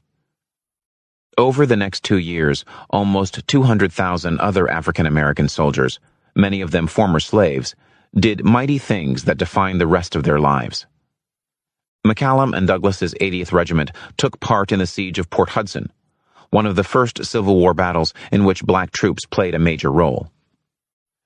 The Union victory there helped ensure the fall of Vicksburg in July 1863, which cut the Confederacy in half along the Mississippi. At the same time, at Gettysburg, the Union defeated the South's second invasion of the North. Now, slavery began to crumble more quickly. Blue-coated troops ranged ever more widely through the Cotton Belt. A column raided through the bayous of central Louisiana, where they rounded up Eliza and Andre Dupree, Philo Battie, and hundreds of other African Americans from the parishes where Solomon Northrop had toiled after he had been kidnapped from freedom. The soldiers drove us like cattle, Battie later remembered. He and the liberated men were herded onto the tops of boxcars, while the women were crowded inside them. The train unloaded Eliza Dupree and the other women onto steamers bound to leased-out government farms, while the soldiers marched Andre Dupree, Battie, and the remaining men overland to the Mississippi, offering them the same choice that had been presented to James Douglas and Cade McCollum. Andre Dupree and Philo Battie joined the 81st USCT Regiment. Meanwhile, Eliza Dupree appreciated the plentiful rations available on the Old Hickory labor camp. Food was getting scarce in the Confederate-held areas. But she had little interest in toiling under armed supervision any longer. She slipped away, walked 50 miles to Baton Rouge, and got a job in an army hospital. A few months later, as she stirred a giant iron pot of boiling laundry outside the tents, Andre walked up to her through the billowing steam. His regiment was at Camp Parapet, completing its training. Someone had told him where she was, and he came to find her on a one-day pass. By 1864, the crippled Confederate Army was too weak to launch major offensives, but it could still make the Union spend oceans of blood for every advance in Virginia, Tennessee, and Georgia. The pro-war resolve of the white Northern press began to sag. Volunteering declined. Resistance to the draft increased. The weaker-willed began to talk of a negotiated peace, which was exactly what Jefferson Davis and the Confederacy were now playing for. Instead, Andre Dupree, James Douglas, Cade McCollum, and 200,000 other African-American men kept the faith, becoming the increment that helped the war-weary Union to persist in its efforts through 1864 and 1865. They paid a high collective price. 40,000 black soldiers died, and a similar number of African Americans may have died in the camps and in the chaos of the war-devastated South. One day, Andre's brother-in-arms, Sylvester Caffrey, came to Eliza and told her that Andre had died of cholera. Yet there was birth as well as death in the refugee and army camps. Here, the once enslaved found each other for the first time, or again. Here they laid the groundwork for African Americans' claim to civic and political identity in a post-slavery society. For instance, take Lucinda Howard, who had been shipped from Virginia to New Orleans for sale right before the war, along with her sisters Emily and Margaret. An agent bought all three for Mrs. Wellham, who owned the Oneida labor camp in St. James Parish. Lucinda was only 15 when the Yankees came in 1862. She ran first. When her sisters and other girls whom they knew followed her, they found Lucinda at the Bonnie Carré camp, doing the heavy labor of levee repair and making a wage. They also met her man, a black soldier named Abram Blue, and they stood with her as the provost marshal, the military commandant who governed civilians in the camp, married Lucinda to Abram under the flag, as the saying went. The certificate that the commandant gave them proved that Abram and Lucinda had been married in a legal ceremony, one sanctioned by the national state itself. Unlike pre-war marriages, which enslavers erased at whim, these weddings had the force of law. They established the claim of a man and a woman to choose to stay together, to not be separated by the desires of a white person, to make decisions for their own lives and their own blood. Abram and Lucinda brought the certificate with them when they joined a new church in Mississippi after the war. It showed that they were serious, not merely cohabiting. It made Abram the legitimate father of the 15 children Lucinda bore. And it gave Lucinda recognition as someone who had already earned citizenship by supporting Abram, a soldier citizen. That would entitle her to a claim to his pension, for she, too, had put her shoulder to the wheel of the nation. By 1864, once enslaved people were marching through almost every southern state, not in tatters and chains, but bearing arms and wearing blue uniforms with the confidence of people who believed that the federal government would back their claims to rights. Their presence encouraged still enslaved people to refuse to work for their owners or to run to the woods. The growing number of USCT enlistees also provided a crucial increment for a North that was running out of soldiers. Congress passed the 13th Amendment in March 1865, just before Lincoln's second inauguration. The amendment ended slavery throughout the United States forever, freeing people even in areas not covered by the Emancipation Proclamation, such as the 425,000 African Americans who had still been enslaved in the border states. Soon afterward, Richmond fell, and Robert E. Lee's Army of Northern Virginia surrendered at Appomattox in Southside, Virginia on April 9, 1865. Confederate President Jefferson Davis had already fled Danville. Like the sold and stolen whom Lorenzo Ivy had seen flow by, and of whom he had spoken in his interview with Works Progress Administration worker Claude Anderson, Davis now carried his all in a little bag. After 4 years, the war was over. Although 700,000 Americans had died, mixed with the sorrow was joy. As Union troops spread throughout the remaining areas of the slave states in May and June of 1865, they found properties where people were still being held in slavery. Again and again, the scene of celebration was repeated, on days still remembered in African American communities across the country as the holiday Juneteenth for June 19th. People broke into spontaneous song and dance. Some told enslavers what they really thought. Some set off on the road with everything they had, looking for lost ones, heading back to Tennessee or Virginia, or simply looking to get away. Some literally picked up their cabins and moved them out of sight of the big house. When landowners could get the attention of those whom they had once ruled, they sometimes offered to share the proceeds of the crop 50-50. And more than one former enslaver, their world turned upside down, committed suicide on the day of Jubilee. There was one final casualty, of course. In the surviving photo from March 4, 1865, the triumphant and solemn day of Lincoln's second inauguration, you can see among the massive crowd of people covering the Capitol portico a mustached figure leaning against a pillar. For John Wilkes Booth was present for Lincoln's astonishing second inaugural address. This was perhaps the greatest speech ever given in the English language. It was itself a history of the half untold. It named slavery and the incessant pressures for its expansion as the reason why oceans of blood had drowned the battlefields of the Civil War. When he turned over the last page of his so brief text, Lincoln had only 40 days to live. After Richmond fell, the president went to visit. He walked through Shockoe Bottom in wonder, among throngs of people celebrating freedom on the very docks from which thousands of their kin had been shipped to the cotton country. 4 million African Americans, most of whom had been enslaved when the first cannonballs plunged into Fort Sumter, had raised, over 4 years of war, a claim to freedom, to citizenship, and to relationships no one could sell. When he returned to Washington, Lincoln gave another speech in which he acknowledged this indisputable claim. Then, the president announced his support for extending the vote to African American men.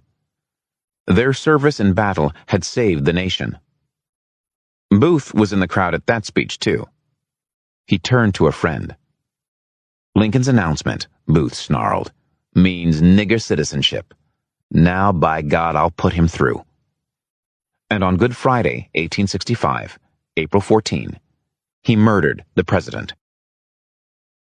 Abraham Lincoln was either the last casualty of the Civil War or one of the first of a long civil rights movement that is not yet over. He was succeeded by his vice president, Andrew Johnson, who was unfortunately an alcoholic racist bent on undermining emancipation. Johnson spent the summer signaling to Southern whites that they could build a new white supremacy that looked much like the one African Americans had fought to end. In the fall of 1865, Southern white voters made it clear that they did not plan to come to terms with freedom. In elections intended to reseat Southern states in Congress, they sent a host of sullen Confederates back to Washington.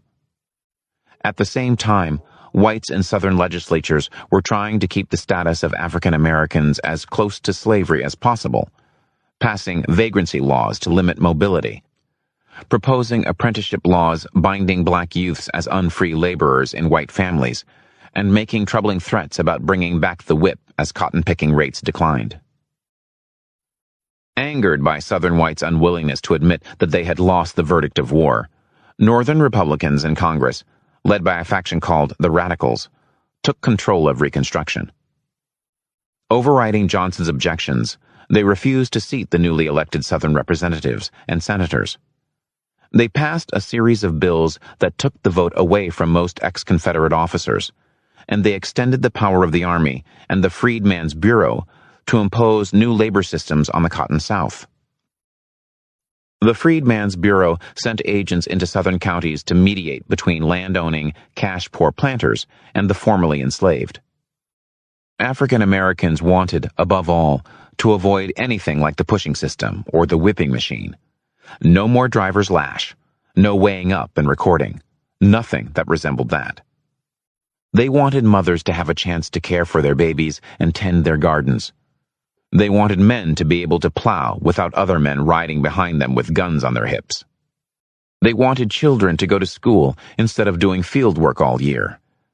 And African Americans throughout the South usually wanted their own land, on which they could grow subsistence crops and live as what, in another country, we would call independent peasant farmers. The freed people's dream of land went largely unfilled. The U.S. economy still needed the overseas earnings generated by the South's power in the world cotton market.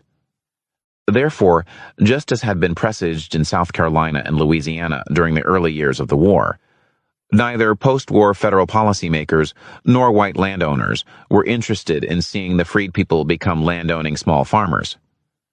Instead, Freedmen's Bureau agents, including many with radical political views, forced formerly enslaved people and former enslavers to sign and keep wage labor contracts for 1866. Over the next few years, a compromise system emerged across the South, various permutations of sharecropping, which meant that African American households worked individual plots of land as tenants in exchange for paying the landlord a share of the cotton crop they grew. Landowners and local store owners advanced goods on credit to sharecroppers, but at high interest rates, often trapping freed people in permanent debt. For sharecroppers, however, there was no scale, no chalk, and no whip at the end of the day. And that was no small thing. Yet the Radicals also convinced Congress to pass the 14th Amendment, which, by making former slaves equal citizens of a multiracial republic, did what no other post-slavery settlement had ever done. It wrote into the Constitution a nationwide standard of birthright citizenship that would eventually enable future generations, descendants of slaves and immigrants alike, to undermine racial and cultural supremacy. Although the 14th Amendment didn't extend the vote to women, Congress, state constitutional conventions, and the press all debated the possibility. In that heady post-war time of rewriting the basic bargains of American political economy, anything seemed possible. In the short term, African American voting permitted male former slaves to make policy in state legislative halls where once deals had been brokered to securitize their own blood and seed. African Americans represented Southern states in the same Congress where compromises had formerly kept the door open for more slave trades, more first days in the cotton field, more stained dirt by the gin stand. Between 1866 and the early 1870s, Reconstruction in the South seemed like it might produce a radically transformed society. White resistance was brutal and widespread. but the national commitment to emancipation kept federal troops stationed in the South. But after 1873, when the industrial economy fell into a deep recession, white America's conscience wavered. Consumed by labor disputes in the North, Republican leaders were increasingly unlikely to see the free laborers of the South as people with whom they shared interests.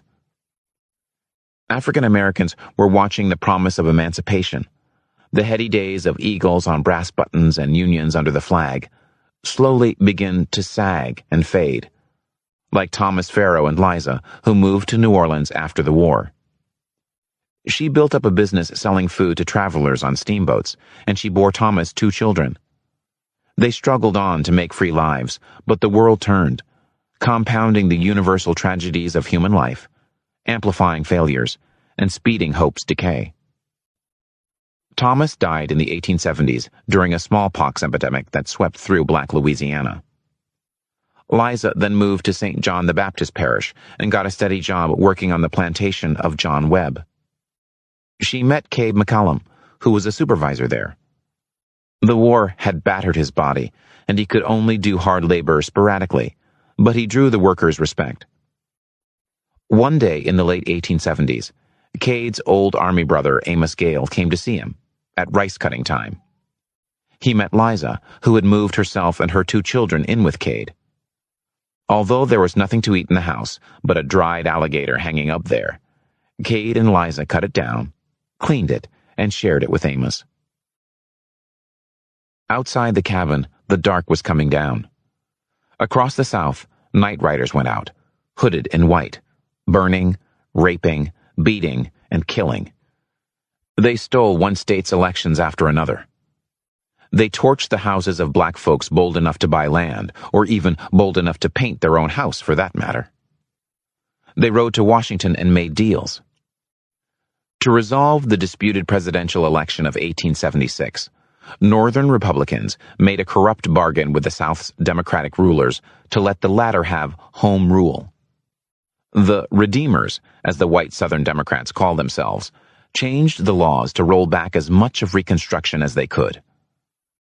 By 1900, they had taken away the vote from most black men and many of the less reliable white men as well. They also lowered the boom of segregation, Jim Crow, as people would come to call it, an array of petty and brutal rules.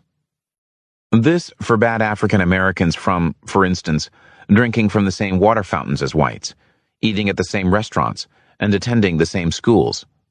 That is, from enjoying the civil right to move in public spaces as equals or have access to the same educational and economic opportunities as whites. Southern whites built monuments to defeated generals of their war for slavery, memorialized the old days of the plantation, and wrote histories that insisted that the purpose of the war had been to defend their political rights against an oppressive state. They were so successful at the last goal that they eventually convinced a majority of white Americans, including most historians, that slavery had been benign and that states' rights had been the cause of the Civil War. Yet the kingdom that the South's white lords had regained was a starved one. They themselves were much poorer than they had once been. Their violence was more self-destructive and less profitable. Even the new story about the old past was a kind of fool's gold. The valorization of causes lost, the delusional praising of fathers' treason. These things did not make one better adapted to the modern world. White entrepreneurs vigorously promoted a new South, but the region's economic decision-makers struggled to adapt to post-slavery realities. First, neither African Americans nor anyone else would do hand labor at the breakneck, soul-scarring pace of the whipping machine. Many white yeoman farmers, impoverished by war and unable to pay debts or taxes, lost their land and became tenants and sharecroppers themselves. The total number of bales produced in the United States didn't surpass 1859's peak until 1875, despite a significant increase in the number of people making cotton in the South after emancipation. Cotton productivity dropped significantly. Many enslaved cotton pickers in the late 1850s had peaked at well over 200 pounds per day. In the 1930s, after a half-century of massive scientific experimentation, all to make the Cotton Bowl more pickable. The great-grandchildren of the enslaved often picked only 100 to 120 pounds per day. Second, both because productivity was now declining instead of rising, and because of the political-economic isolation that the South's white rulers inflicted upon their region in order to protect white power, the South sank into subordinate colonial status within the national economy. Although many Southerners wanted to develop a more diverse modern economy that went beyond cotton, for nearly a century after Emancipation, they failed to do so. Despite constant attempts to industrialize, the South could only offer natural resources and poverty-stricken laborers. It did not have enough local capital, whether of the financial or the well-educated humankind, and it could not develop it. Although a textile industry sprang up in the Piedmont of the Carolinas and Virginia, and an iron and coal industry in Alabama, they offered mostly low-wage jobs.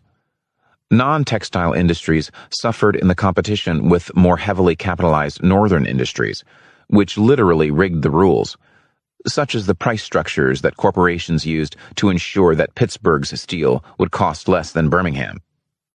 Extractive industries, including coal mining and timber, devastated the landscape and depended on workforces oppressed with shocking violence. The continued small size and poverty of the non-agricultural working class also limited urban and middle-class development. Thus, in the 1930s, a lifetime after the Civil War, the majority of both black and white Southerners were poor and worked on farms, often farms they did not own. Liza was in her 40s when she and Cade got together. Sarah to his Abraham, she still bore 2 children by him. In 1882, the couple finally got officially married. A few years later, they moved to New Orleans. In 1890, 68 years old, he first applied for an invalid pension from the federal government, which had committed itself to support old soldiers and their widows after the soldiers died. On his application, he listed many ailments. Some were typical of old age. Some were especially likely among those who had suffered through forced migration, hard labor, and soldier service in mud and rain. Intestinal disorders, old injuries, a fluttering heart that left him exhausted. After 16 years in the Carlton neighborhood, he died. It was February 1906. The family laid him out in his blue uniform. The old veterans from the neighborhood came by to pay their respects, and they slowly walked him to his tomb.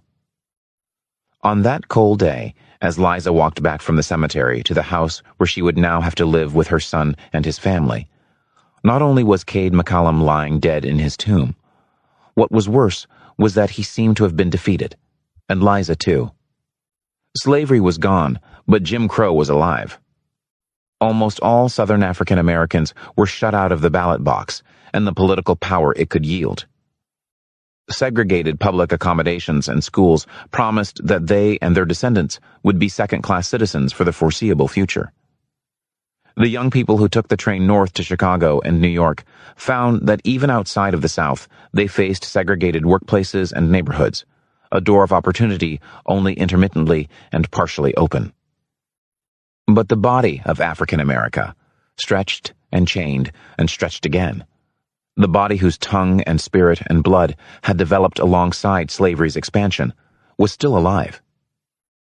For the history in which Cade and Liza and millions of others had been caught up, the history that had been stolen from them and which people were always trying to steal from them, was not over, and in many ways still is not. Slavery and its expansion had built enduring patterns of poverty and exploitation. This legacy was certainly crystal clear in Liza's early 20th century South.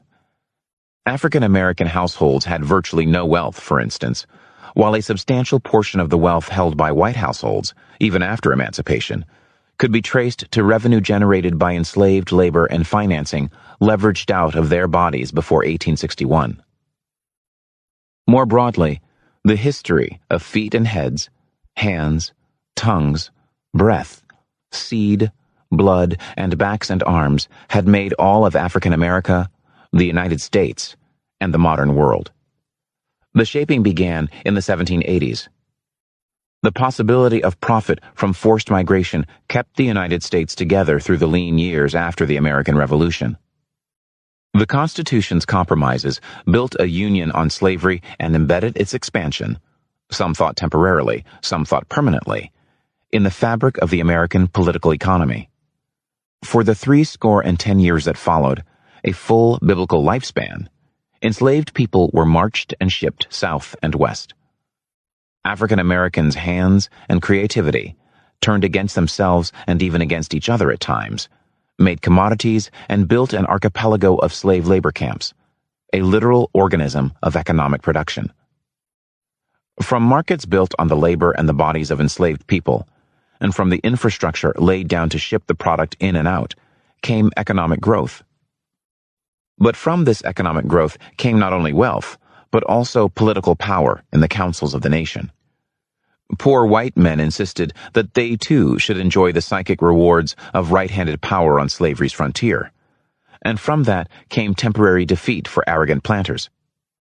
Yet clever political entrepreneurs, most notably Andrew Jackson, turned assertively populist energies into the channels of political power too. They created a new interregional political alliance that yielded decades more of compromise and that enabled the South to maintain its disproportionate power within the federal government. Still, both South and North depended on slavery's expansion. The products generated from the possibilities of co-exploitation explain much of the nation's astonishing rise to power in the 19th century. Through the booms and the crashes emerged a financial system that continuously catalyzed the development of U.S. capitalism. By the 1840s, the United States had grown into both an empire and a world economic power. The second greatest industrial economy, in fact, in the world. All built on the back of cotton. Dependence on cotton stretched far beyond North American shores. A world greedy for a slice of the whipping machine's super profits had financed the occupation of the continent, and the forced migration of enslaved African Americans to the southwestern cotton fields helped to make the modern world economy possible. The steadily increasing productivity of hands on the cotton frontier kept cheap raw materials flowing to the world's newest and most important industry, the cotton textile factories of Britain, Western Europe, and the North. Theft of days, years, labor, of the left hand's creative secrets helped provide the escape velocity for the fledgling modern world to do what no other historical society had done before, and pull away from the gravitational field of the Malthusian cul-de-sac. Slavery's expansion was the driving force in U.S. history between the framing of the Constitution and the beginning of the Civil War. It made the nation large and unified, and it made the South's whites disproportionately powerful in that nation. Enslavers had turned right hand against left to achieve not only productivity, but also power that few other dominant classes in human history had possessed. Yet from the epic of theft and survival, of desire and innovation, came the Civil War too. Expansion's profits and power made Southerners willing to push for more expansion. This made some Northern whites into allies, who recognized their dependence on cotton profit and were willing to do what was necessary to keep it flowing. These were Southern whites' allies. But Southern power frightened other Northern whites. Some feared that slavery, acceptable enough when it remained a Southern institution, would invade the places they lived or wanted to live. Others believed that slavery corrupted everything, and that its expansion fed the rot in American society, American freedom, the American soul, whatever category was their touchstone for everything good. Still others believed that the financial disasters of the late 1830s and early 1940s showed that slavery was economically derelict, doomed, a drag on the capitalist economy's future. All those groups united in the Republican Party of the late 1850s behind the one policy position on which they could all agree, that slavery's expansion must be stopped. For white Southerners, who had always been able to find new frontiers, the victory of that party in a national election was too much. Buoyed by their other successes in the 1850s, by the nearly complete consensus of white Southerners behind the slaveholder political bloc, and their overwhelming power within the National Democratic Party, enslaver politicians made decisions for secession and then for war. It has been said that the Civil War was unnecessary because slavery was already destined to end, probably within a few decades after the 1860 election. Yet this is mere dogma. The evidence points in the opposite direction. Slavery yielded ever more efficient production, in contrast to the free labor that tried and failed to compete with it, and the free labor that succeeded it. If slave labor in cotton had ever hit a wall of ultimate possibility, enslavers could have found new commodities. Southern enslavers had adapted slavery before, with incredibly profitable results. Forced labor, that is slavery in everything but name, remained tremendously important to the world economy well into the 21st century. And the lessons that enslavers learned about turning the left hand to the service of the right, forcing ordinary people to reveal their secrets so that those secrets could be commodified, played out in unsteady echoes that we have called by many names: scientific management, the stretch-out, management studies, and heard in many places. Though these were not slavery, they are one more way in which the human world still suffers without knowing it from the crimes done to Rachel and William and Charles Ball and Lucy Thurston, mourns for them unknowing, even as we also live on the gains that were stolen from them. Nor is it obvious that slavery's expanders would have been politically defeated, outnumbered, or boxed in. In the 1850s, slavery expansion's promoters were making continued expansion defensible in constitutional terms that the North found quite acceptable long after the war. In addition, the vast enslaved body was the biggest store of wealth in the American economy. So long as law and normal politics reign, wealth holders typically find ways to preserve their wealth. Successful revolt from within was impossible, so war was the only way slavery would end in the United States. War is what the enslavers, in their right-handed arrogance, launched, and it was, for them, a tremendous mistake. Yet Cade McCollum was dead in his tomb. So were many of the men and women who with him had seized the finally here chance that enslavers' overreach had opened up to enslaved men and women. A generation that had made sure that they would finally see the end of it.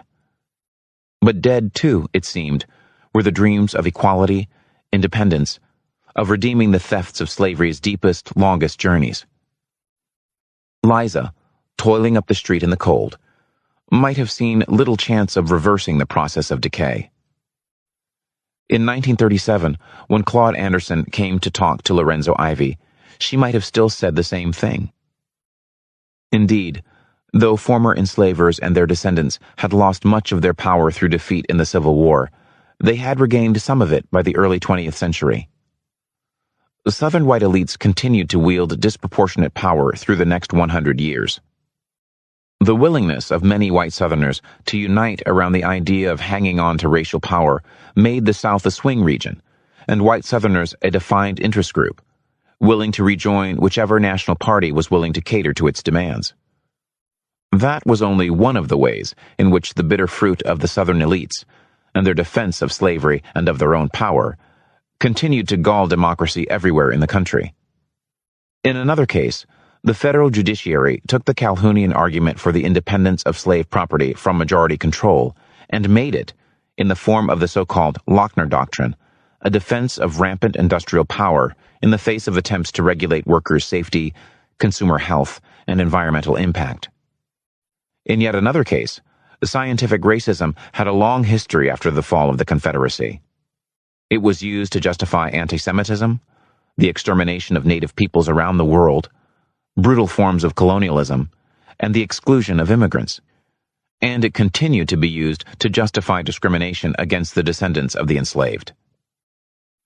Meanwhile, the unbending anger of former Confederates against Reconstruction morphed into their grandchildren's suspicion of the New Deal, and the insistence on the part of white Southern Democrats that measures against the Depression could do nothing to alleviate black poverty or lessen white supremacy.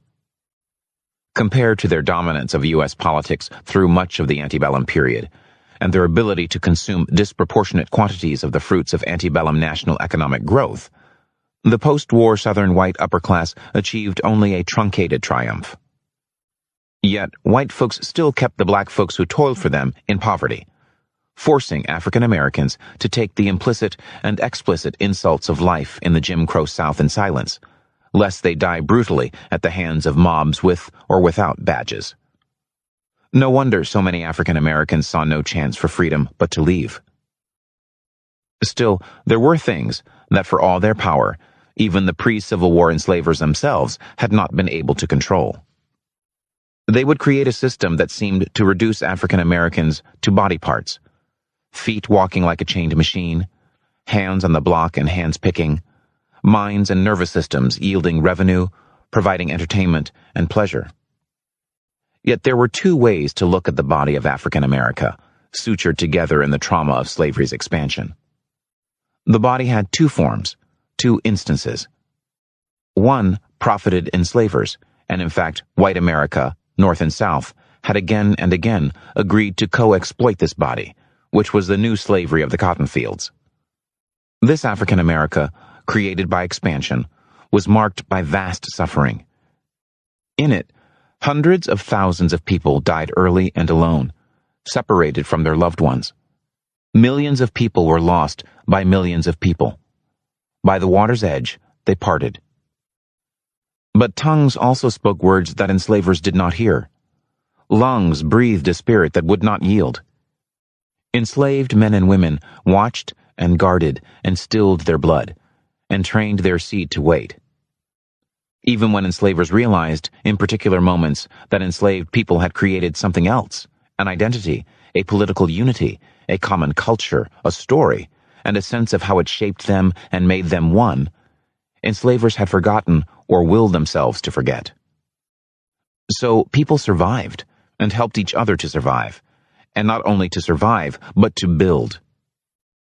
Thus another body grew as the invisible twin of the one stretched out and used by white people. Eventually, the waiting had its reward. The body rose. African Americans took up arms and defeated the enslavers. Survival, and this kind of survival, made victory possible. Unlike its predecessors on the North American mainland, and unlike counterparts in most of the New World, the African American culture that emerged from the crucible of 19th century forced migration within the United States had no alternative but to think of itself as a political unity. Assimilation, sought by enslaved Africans and their descendants in both Brazil and in many Spanish-speaking societies, was impossible. Escape through individual manumission, an option pursued by enslaved strivers throughout the rest of the New World, was usually impossible. Escape through revolt, relying on old African identities and concepts, the Haitian option, was likewise impossible. All of these options closed, enslaved African Americans had to develop a sense of unity or crumble. And they did develop that unity, bending a narrative of history that bound them together around a clear-eyed assessment of their situation as victims of a vast crime. They had to recognize that without solidarity, they would live only at the whim of a set of structures and practices designed to exploit them in every possible way. The political agenda that enslaved people developed, and that they exported in the words of survivors and runaways, was not assimilation, not manumission, but destruction for the whipping machine and everything that made it work, and the transformation of America into a place that would redeem its thefts. This agenda, smuggled north in the minds and on the tongues of an intrepid and lucky few escapees, resurrected a dead anti-slavery movement in the United States. This agenda set a group of progressive whites on a political collision course with the slave lords and their many northern allies. Even as that political trajectory unfolded, in spaces sacred and secular, during the day and during the night, in pain and in joy, enslaved people were still finding new ways to protect and defend the human soul in the midst of the still unfolding chaos of creative destruction. They made survival and form out of terror, theft, and death. They learned to be fast but not hurried, to lose themselves without losing their souls. All this was also the legacy of slavery's expansion. This was the collective body that survived forced migration even as many bodies did not survive it, or died in the war that ended it, or suffered through impoverishment and disfranchisement in the wake of Reconstruction. In the war, survivors ended slavery. When the survivors began to die off, they could pass on to their descendants very little in the way of material wealth. So much had been stolen from them. But African Americans had a story that made them a people. They had a unity that was ultimately political. This had led them to choose solidarity over individual deals. They had lodged their claim to citizenship in the Constitution, a precedent that would grow in leverage as the country went on, and the United States found itself up against enemies eager to point to the hypocrisy of first-class language and second-class practice of civil and political equality. They had, with white allies, created in the form of abolitionism the ideological template of American dissent, of progressivism, of the faith that social change, pursued with religious zeal, could make America truer to its ideal self. At the same time, from lands devastated by forced migration, creativity continued to boil forth in the years after Reconstruction's collapse. African American cultural forms permeated and reworked American popular culture, which then exported these cultural forms to the entire globe. Over the century that followed Cade McCollum's burial, using all these tools, working in all sorts of métiers, African American people transformed the world. They remade the social, cultural, and political geography of the United States through their own volition in the course of the Great Migration. They changed the South and the United States and the world forever through the Civil Rights Movement. And they built a tradition of community organization that eventually led the American electorate, in an astonishing development, to elect a black president, who was the son of an African immigrant. As a political force, the solidarity that African Americans first built while still enslaved remains impressively coherent generations later, despite 2 centuries of temptations to give up, turn aside, or dissolve into nihilism. The descendants of enslaved African Americans could do these mighty deeds for many reasons, but one root of every reason was this.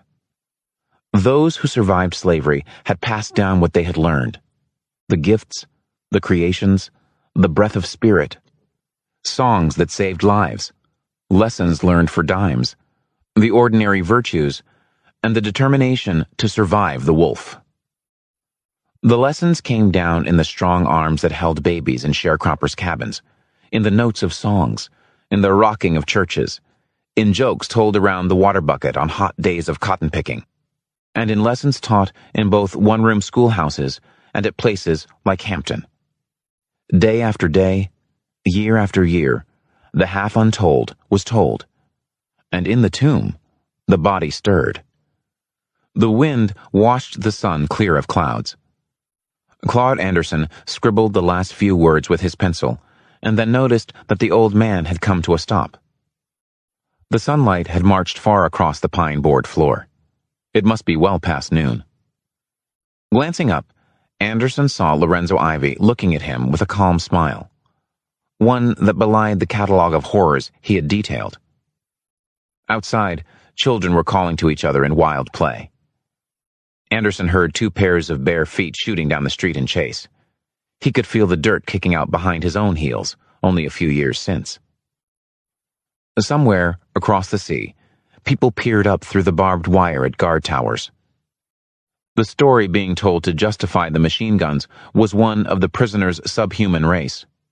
It was a story told with phrases that the defenders of slavery had coined to claim their righteous hold on Ivy when he had been a child.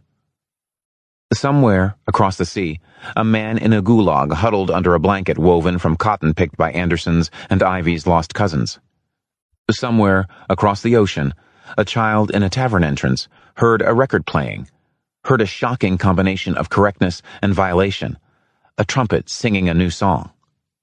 Somewhere, in fact at the far end of the same old slave trail that led through Danville and over the mountain, a mother huddled by Mississippi's Highway 61 with her children.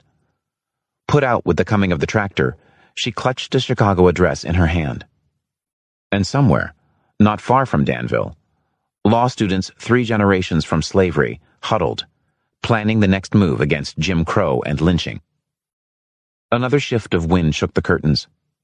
Another minute had marched the sun further, to an angle that suddenly cast the deep wrinkles on Ivy's face into relief. He rose, creaking audibly. Sometimes these old men wanted chewing tobacco. Anderson often gave the women snuff. Ivy's hand only asked for a grip. I know a lot more I can tell you some other time. I'll write it out. Just send me an envelope like you said, and I'll write it all down and send it to you. Anderson thanked him, and he stepped through the door the old man held open. He walked down the steps, opened the door of his black Ford, dropped his notepads on the passenger side, and slid into the driver's seat. He started the engine and leaned his head out through the roll-down window. The old man was still on the porch. Be good now, Lorenzo Ivy said, and turned back through the open door. This concludes the reading of The Half Has Never Been Told, Slavery and the Making of American Capitalism by Edward E. Baptist. Context of White Supremacy. Another one bites the dust. Folks have commentary.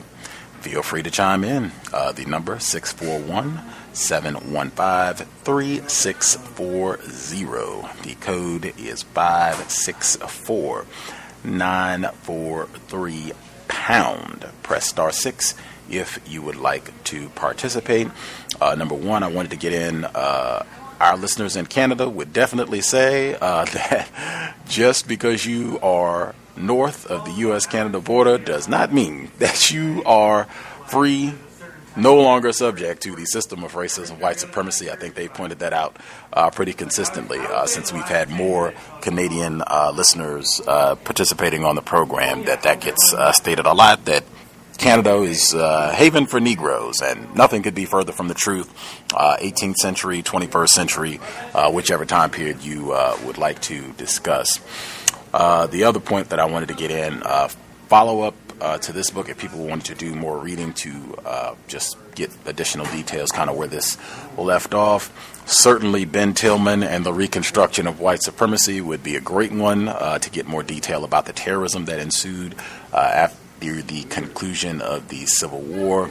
I mentioned America Aflame, which gives a lot of detail about the conflict leading up to the Civil War, and then a lot of detail about the terrorism after the Civil War, as I said.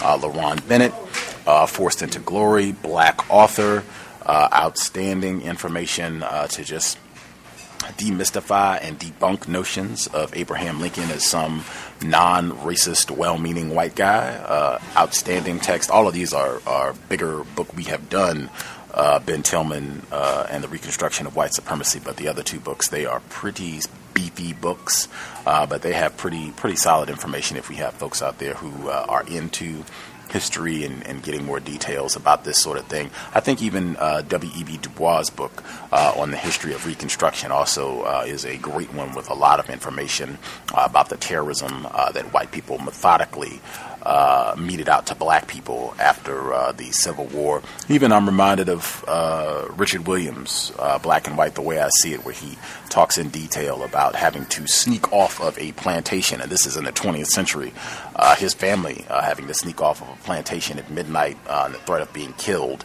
And I guess the final one would be Douglas Blackman, Slavery by Another Name, guest on the program, who talks about this is just a different phase of slavery, white supremacy that continued well on, continues to this day. I would submit slavery is white supremacy is slavery. But if you wanted additional не to kind of pick up where this book concludes. Folks have comments they would like to share. Feel free. All done. Roz, Thomas in New York, Mr. Demery 4, you all should be with us. I'll nab any other hands as I see them. Folks have comments that they would like to share.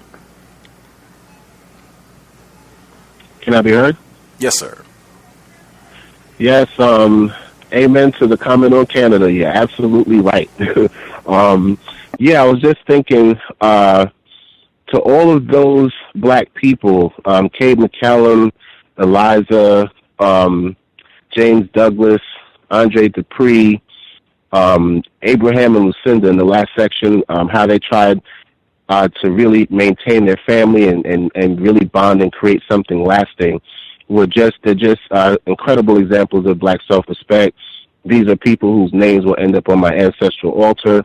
I truly believe that those people whose names aren't well known should be uplifted just as much as those who are very famous for their work in fighting racism and white supremacy. I found on page 406, there was a very telling section where after the slaves were freed, they said in one sentence, it said, in more than one former enslaver, their world turned upside down, committed suicide on the day of Jubilee. And all I could think is, dead white people are great. When you're fighting in a war, anytime they go, you should be smiling and cheesing. It made me think of recently, I don't know if anyone else might have heard about this, but recently Jamie Foxx had saved a white man who was trapped in a car that was on fire. And he went through all this rigmarole, almost got himself burnt up to get this white man out of the car. And I remember when I heard that on the news, I read the article online, and I said to myself, wow, if that was me, he would have been barbecued. I would have just walked away as quickly as possible, and he would have just been barbecued, and I would have just celebrated another enemy gone. So that made me think of that. Also, on page 408, they had a brief section that said it wrote into the Constitution a nationwide standard of birthright citizenship that would eventually enable future generations, descendants of slaves and immigrants alike, to undermine racial and cultural supremacy. I felt that that was an act of racism by the author. It doesn't matter how many people, non-white people, they provided birthright citizenship to.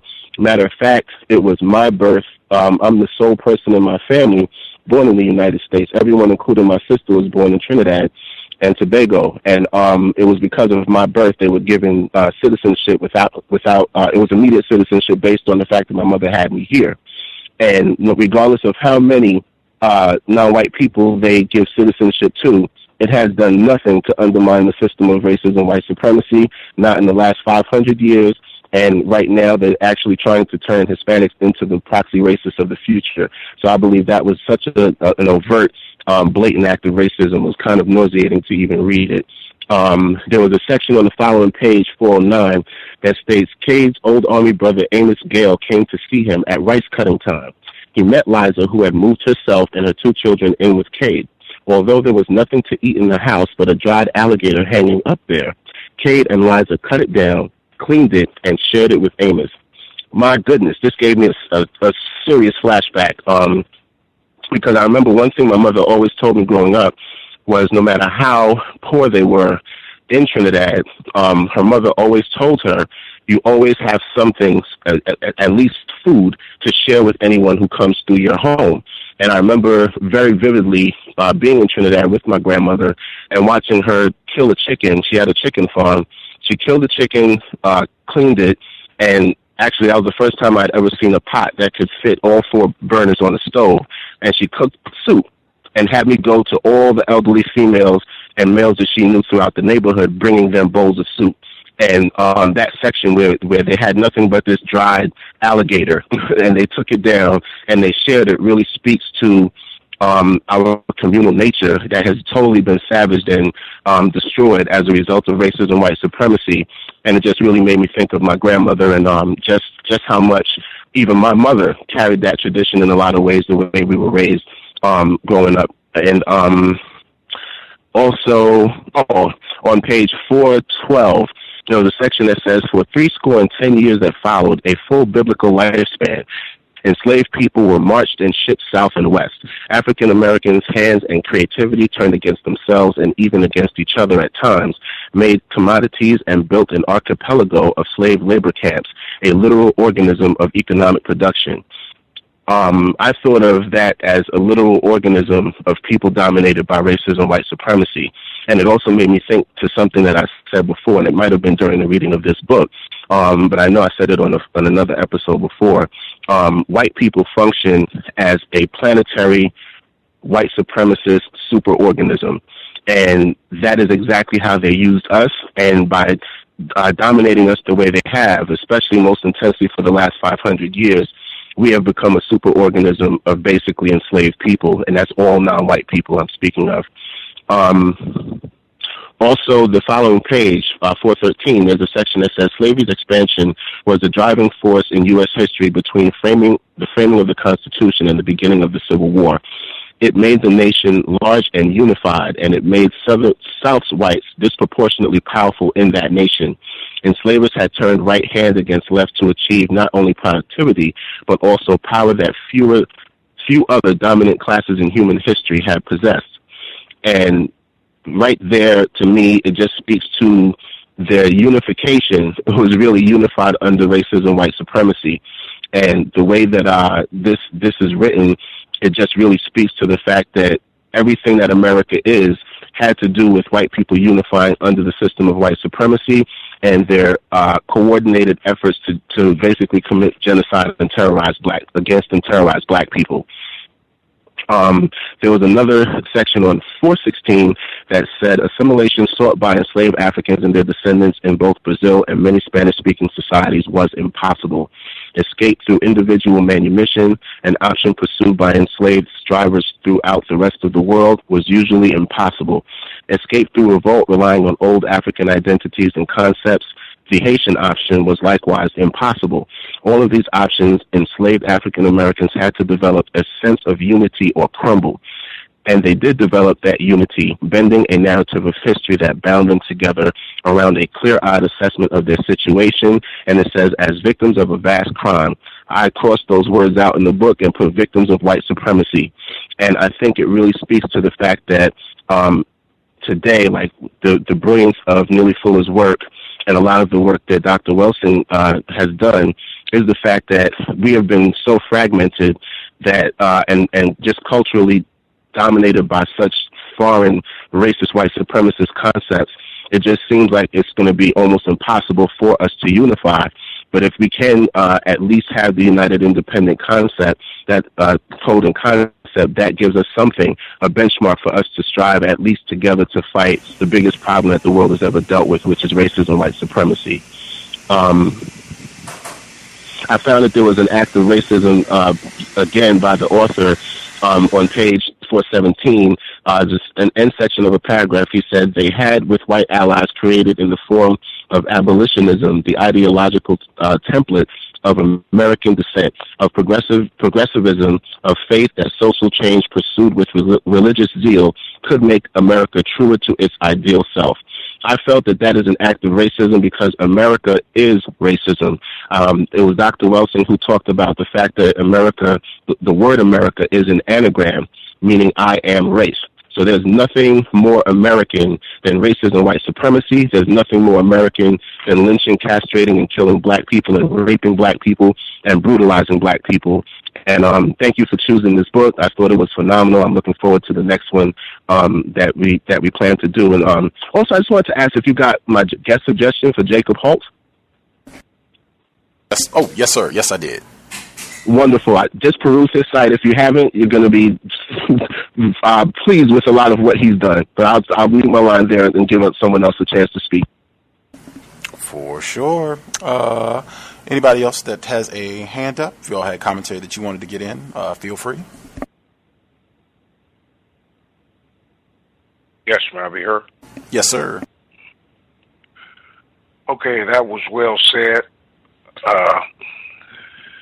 I'll just like to speak on what happened to the ex-slaves after the Civil War and how a lot of these plantations ended up being union-controlled labor camps where the ex-slaves were forced to work for little or no wages, mistreated by the Union soldiers, starved, sick from unsanitary conditions, and a lot of them contracted diseases from burying the dead, which, if it was 700,000 people killed during the Civil War, you know, a lot of them had to be buried, so you know where that job ended up going.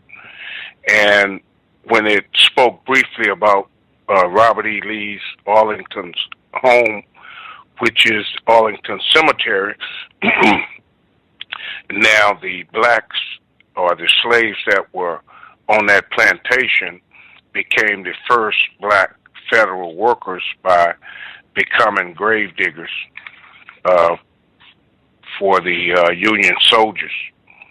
And Frederick Douglass for pushing for black enlistment, and eventually, I guess, swaying Lincoln's turning the tide of the Civil War, based upon work that he had done to get this passed. And when faced with slavery or military service, the black men chose Union service. And in a lot of those states where the word didn't get around to those slaves, they were still working as slaves even after the Emancipation Proclamation. The slave owners didn't tell the slaves, and word got around later. And so to this day, June 19th is celebrated, I know, in some parts of Texas to this day. And then it spoke briefly about the night riders and, during the Reconstruction, every time black people would make a little bit of progress, then the terrorism and violence was ramped up. And so the night riders, hooded in white, would come burning, raping, beating, and killing. And they stole more than one state election, one after another. So I'll mute my line on that. Thanks for taking the call, and looking forward to the next book. I'll mute my line. For sure. Any of our other folks who dialed in have comments they wanted to make sure that they got in? Greetings, can I be heard? Yes, sir. Greetings, Gus. Thank you for taking my call. I was just thinking, I just wanted to add that you had some guests on that I can't remember the book that they were talking about, but he said that when you think slavery, he said something to the effect whereas you think slavery was bad. He said it's even worse when you really look at it, and that's kind of reminded me of this title, like the half has never been told. It's like as bad as you think it is, it was even worse, and I think it was because of the sophistication of the system and whatnot. But I just wanted to say, thanks for bringing this book to us, and I hope that we share it, because the half has never been told. Like in 2016, we're still finding out, we find out the serious things about what went on, how the system worked in 2016, like brand new research and findings and whatnot. So I just wanted to say, I hope we share this book with people, and because the half has never been told. It's a lot to it. As bad as you think it is, it was even worse. I think that statement, some people might say because of the abuse or whatever, but I think more to me it just means the sophistication of it, how they really seen us as human resources, and how it's really going on today. The exact same things, is going on today. You know what I'm saying? So just share this because it's important. This is new findings, and I think it can explain a lot of, help people, helps understanding, and gets rid of a lot of the confusion. And then I was going to say, I got an elder turns 99 next month, and we're gonna, he's sharp, man. His brain, he has no dementia, nothing. It's just his body is a little bit, wore down, but he's gonna be 99. and one of the callers was saying that his grandmother, he remembers the traditions that his grandmother had and whatever. Yo, that's true, man. Like, our elders, like some of the stuff that my elder was telling me, like from, at 99 that I didn't know about, it kind of lets you know, like, what they went through, what we are going through now, like, like we're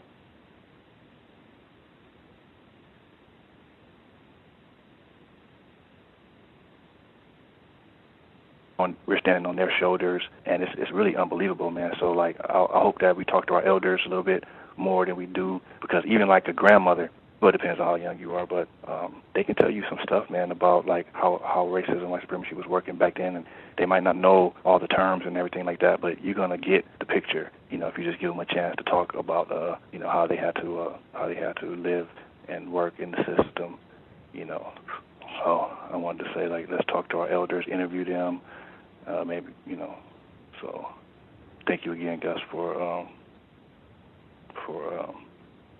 giving us this book, man. It's very important. 2016, wow. Ashe on that. Happy birthday. That definitely underline that in terms of the significance. A lot of the information in this text, things that they got from talking to black people that were elderly black people in the, I guess it'd be like early, mid 1900s, who were former, put that in quotes, former slaves, just talking about their experience before they transitioned. Say that all the time. That is an invaluable resource that we should not take for granted. Talking to older black people, a la Dr. Welsing, Mr. Fuller, talking to older black people, Dr. Cambon, what was their experience like? What did they see? What did they experience? That people that talk about talking to their children about racism, I have said that consistently. Sit down with grandmothers, grandfathers, uncles, even if they're not family members, just older black people that you know and have a relationship with. Sit down and talk to them for an afternoon. That can give you a lot more than you can get from a book or a film, to have somebody that sit down and talk to you about some of their experiences, if they're willing to open up and be honest. Even a lot of the books that we've read that give this information, that's how they got a lot of this, what they call primary sources. Isabel Wilkerson just going to talk to black people who migrated from the South, who went to Chicago or went to California, wherever they ended up at. Outstanding information about racism, white supremacy, just going to talk to black people. Maybe they don't have a PhD or what have you, but they certainly got a PhD in victim of white supremacy, and they can share a lot of info with you. Can I be heard? Yes, sir. Yes, I agree with what everyone said. I don't have the books, I can't read the text, but a lot of that last reading, I think that the author was practicing racism. One thing I did like that he said is, and I say this all the time, that the words black, colored, nigger, Negro, African American. And I really felt like every time he said African American in the book, I cringed, because those were African Americans. Those were slaves. They weren't Americans at all. They sell that. Those are words that they use to sell a culture worldwide, to sell an ideology, and use us. And, it sells everywhere in the world. The book was great. Well, just from the start, when I learned out what the F word meant, I knew this book was going to be good. I was like, I wanted to know it. Where did that come from? But just an awesome book, awesome read. I can't wait for the next one. I was watching, I was listening to the radio. Pandora had an old school station on, and they played Public Enemy song, Can't Trust This, but Don't Trust It. And, afterwards, I'm on YouTube trying to find the song, and I found it, and I watched the video, and it just so reminded me of, all you've been saying, how black didn't, they stopped up to the racist. They weren't just sitting there taking it, they didn't sit under there. And I think that video did a lot of showing that, they stood up, they fought back, I thought it was just a great black self-respect that brought me right to this book and the other book where the people came on the American slave coast. Just wanted to ask you, Gus. Really, I had a question for Mr. Demery. I just want to know where was Mr. Demery located, and what was the name of the next book? Is what I had to ask you, Gus. I forgot what you said. Wow, that is fascinating. Leonida McLean, that's her name, and it's a foot in each world. It might even be a foot in both worlds, but same thing basically. It's she was a journalist. She wrote essays, most of them dealing with racism, and she eventually committed suicide, but they posthumously published a collection of all of her essays, and it's titled A Foot in Both Worlds, Leonida McLean. I guess, Mr. Demery Ford, did you want to divulge where you are? I'm in the Maryland area. There you go. Okay, I got you. He's in Ground Zero. Thank you. For sure. Foot in each world. Had it correct. Foot in each world. Caller at 2456. Did you have comments you wanted to get in? Yes. Thanks for taking my call. Calling from the 712. This book was too much for me. I sat here and sat through it, so I'm so glad it's over. It got a lot of Jews in it, but it should be marked under horror, really, because it was like a horror story. True accounts of some of the things that happened to our ancestors. To answer that question about black women was supposed to have some type of leverage, I had to really sit and think about that. I don't know why, but I just had to think about it, and I don't see how any leverage could have been used. I kind of started talking to, my other people that listen to the book study too, and they were like, we were debating if you could use death, if you could use your suicide, but, I mean, they could just kill you, and they could just rape you. So what leverage could you have? It'd be interesting if you could get Batiste on the program. We could ask him, like, what leverage could a enslaved black woman have over a slave owner, slave master? And I don't know. Main points I got from the book is just these white people that they were talking about in this book is the same white people that's walking around right now. That's the main thing I got from the book, and I think we need to remember that. And with us, I guess a big part of it is denial or fear as well. But it's the same white people, the same people they were saying in this book is the same people that are walking around today, and we need to really get that sunk in. And I took a lot of notes, but my notebook I'm somewhere else, and my notebook is somewhere else. So, it's a disturbing book. It had jewels in it, true enough, but just the cutting off of the breast and just beating a 1-year-old, till they, because they wouldn't pick cotton. It's just a whole bunch of stuff. So, I'm Are you saying Jews or jewels? Jewels. Yes. I'm ready to move on to the next book. But, all right, thanks for taking my call, Cal. Hello to everybody on the line and listeners as well. Thank you. Hey, can I say something? Yes, sir. Yeah, I definitely agree. This was a brutal book. It's probably the second most brutal that I've read that I've engaged in since I've been participating in the book study session. I think the hardest read was Henrietta Lacks. That was just, I felt that, so deep. I just wanted to say, as far as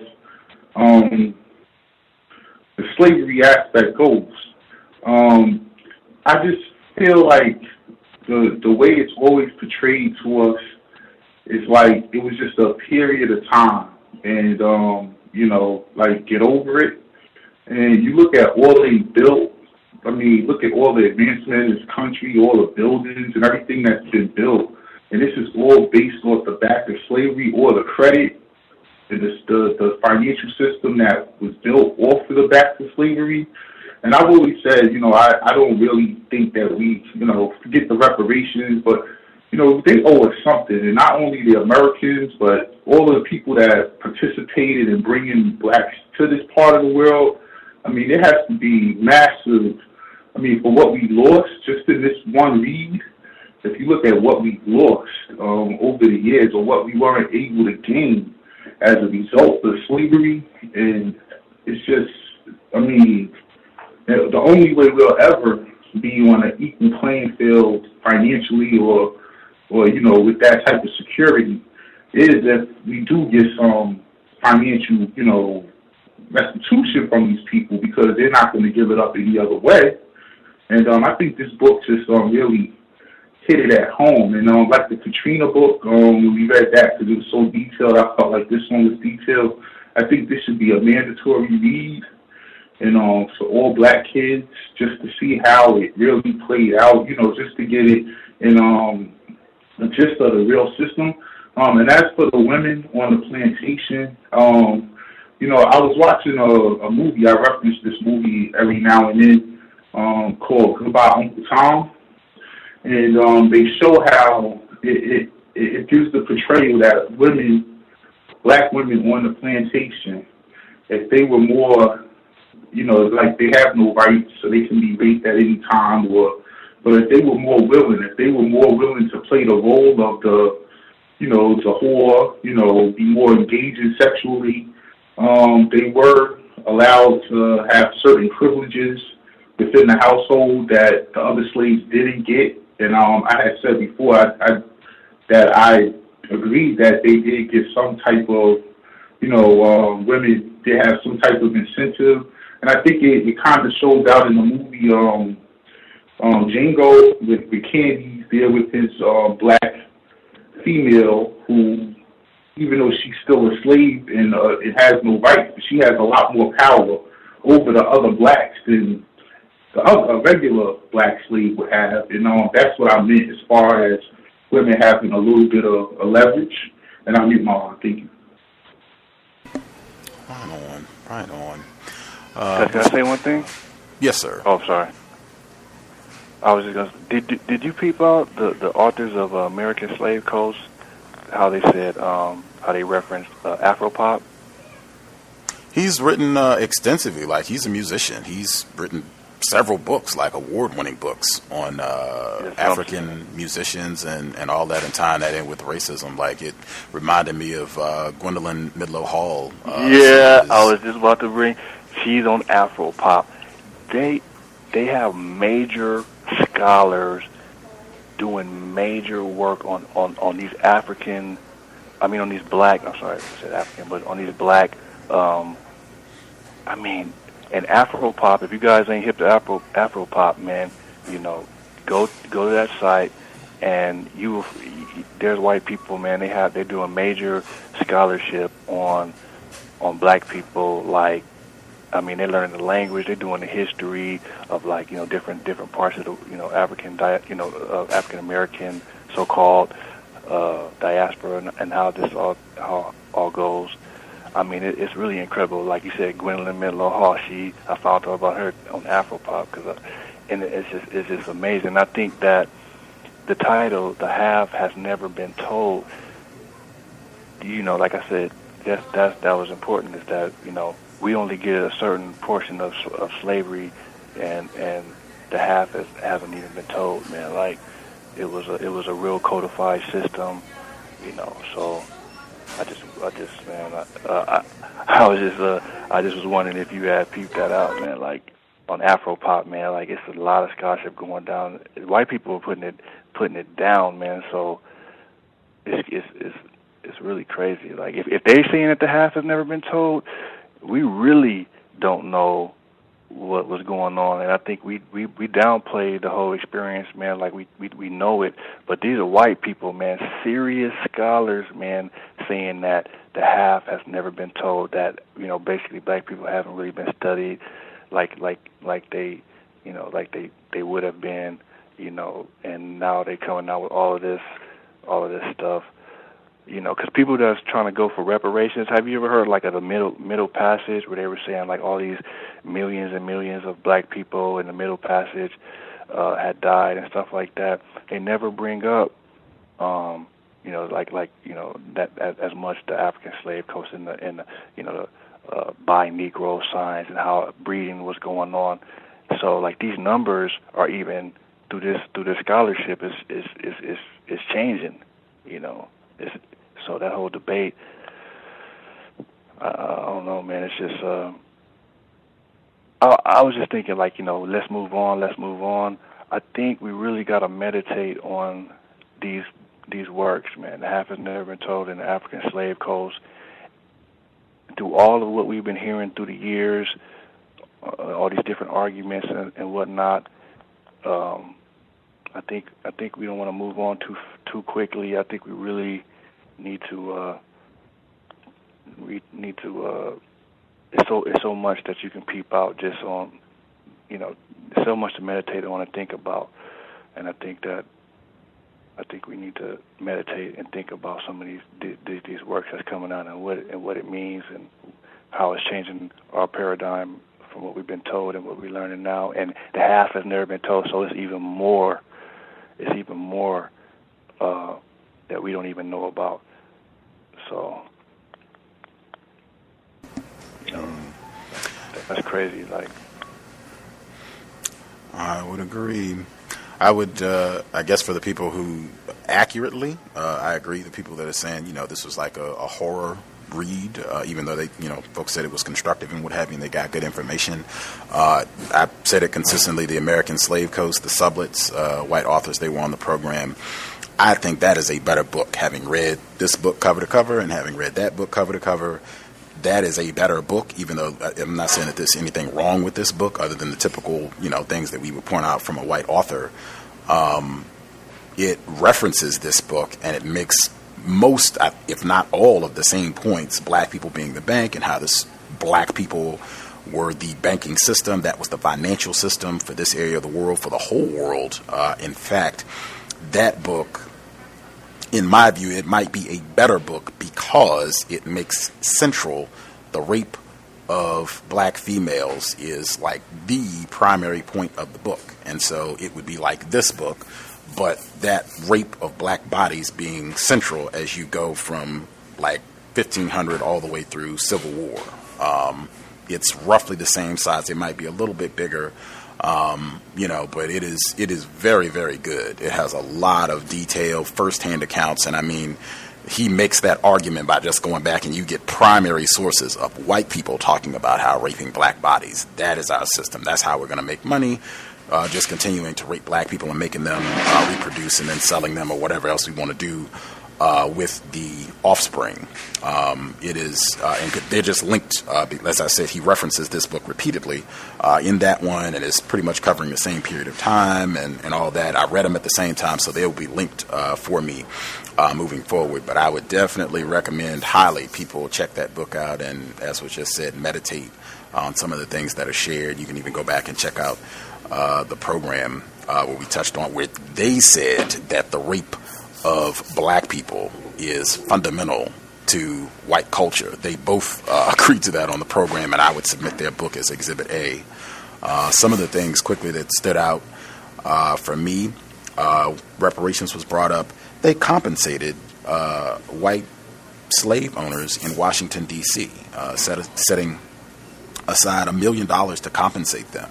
They compensated in England. They compensated all of the slave owners when they abolished the slave trade.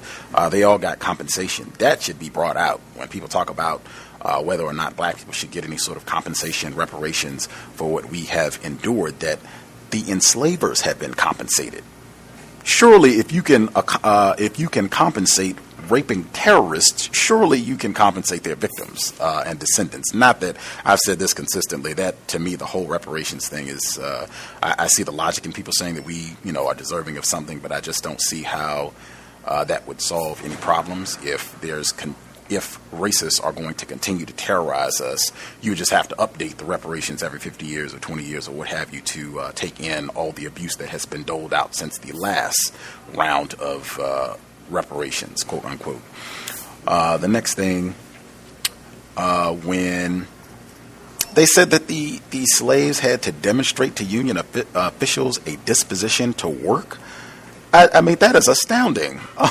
Like, I am an enslaved black person. I've been beat. They have literally created whipping machines, and I have to demonstrate to some white person that I have a disposition to work in order to be fed. Are you kidding me? Like, we're continuing where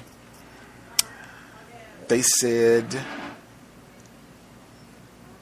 that they were talking about making a policy to enlist black people to fight for the Union, but white people didn't really want that.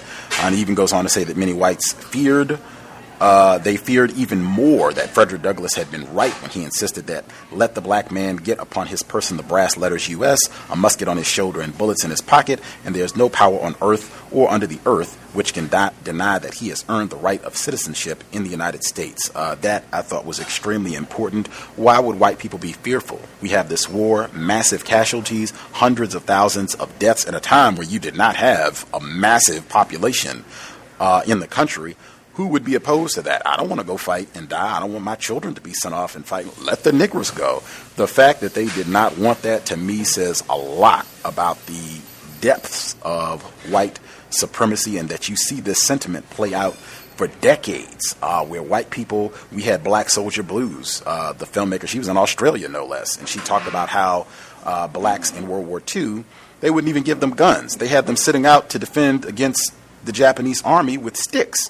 Where they could see armed Japanese opposition, and they've got a stick in their hand because whites didn't want to give them a gun. And you had this same rhetoric then: if we go and fight and die, then that'll prove our worth to white people and our that we are worthy of U.S. citizenship and everything that's supposed to come with it. And that does not happen at all. This plays out at Vietnam over and over and over and over. World War I as well.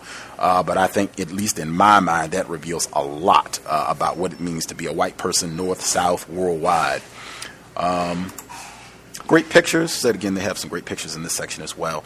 I don't know what type of choice that is. I think frequently racists, one of their major weapons is to give you the illusion of choice.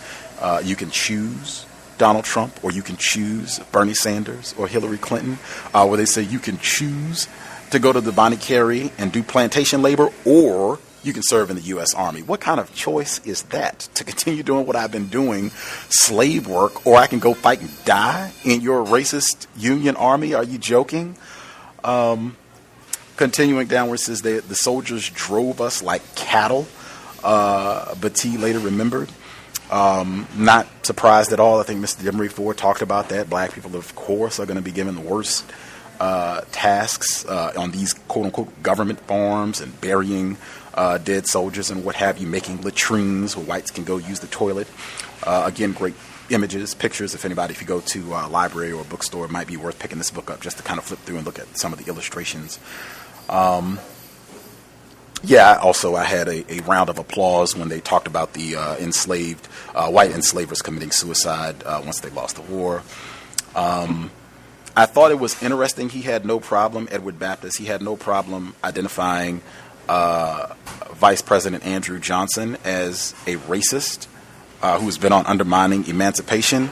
But it seemed to me, he took offense to people identifying Abraham Lincoln as a racist. That's been something that I also try to point out. When white people, they will be comfortable identifying Donald Trump as a racist. They'll be comfortable identifying someone like Rush Limbaugh or Paula Deen or Donald Sterling as a racist, but they will not identify someone like Bernie Sanders as a racist, trying to make it seem that there are good, well-meaning whites. That just further causes confusion, I think, for a lot of victims.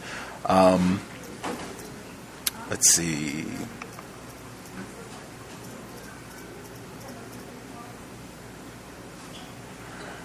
I thought just a whole lot in the last section. I thought there was a lot of flowery rhetoric that really served to minimize the ongoing regime of white terrorism, where he's saying that this, opened the door to radically change things and allow descendants of slaves and immigrants alike to undermine racial and cultural supremacy. That's not what we're talking about. We're talking about white supremacy. Call it what it is. He goes on to say this throughout the whole segment, where there were many times where I was almost highlighting everything, like this is just typical racist rhetoric and really downplaying and pussyfooting what it is we're talking about. And I mean, you want to talk about the half has never been told, talking and making an honest assessment of the terrorism that ensued 1865 to present. I think a lot of that is not told either. Richard Williams, when he talks about what happened to his family, that was 20th century, not pre-Civil War. And I think a lot of other people, a lot of the information that's in Isabel Wilkerson, The Warmth of the Sun, the book that we're going to talk about on Monday, Virginia Christian, black female, sentenced to death for killing her white female boss who was beating her, oppressing her. That happened in the 20th century. A lot of that even has not been accurately accounted. Some of the other texts that we've had on this program, Texas Tough, talking about the rise of the prison empire in this area of the world, all of that is 20th century, well after quote-unquote emancipation. I just see that as a general tendency where whites really minimize and downplay accurate information about what we're dealing with and just trying to localize that to 19th century white conduct and 19th century Southern white conduct at that. Then he talks about convincing majority of white Americans, including most historians, that slavery had been benign and that states' rights had been the cause of the Civil War, yet the kingdom of the South white lords had regained was a starved one. They themselves were much poorer than they had been. Their violence was more self-destructive, less profitable. I thought that was significant because I think white people are lying to us. I think white people, they are very aware. It's been my experience that that's not like hidden history. Most white people, they're very aware that white people were fighting for slavery. Again, a white man wrote this book. He did reference a lot of the reference materials that he had. It's books written by other white people. I think white people are very aware. The documents are pretty clear with them stating why they were leaving and what the deal was in terms of why they needed to fight this war and kill hundreds of thousands of people. I think white people just do a very good job of lying to us so that we get further confused about things, and then you waste a lot of time arguing with them. It goes back and forth, and they'll just write tons and tons of books going back and forth. It was about slavery. No, it wasn't about slavery. Which is, just a waste of time. They're very clear. They're not confused about this. He had another passage where it was kind of the same thing, where he says, stolen from them.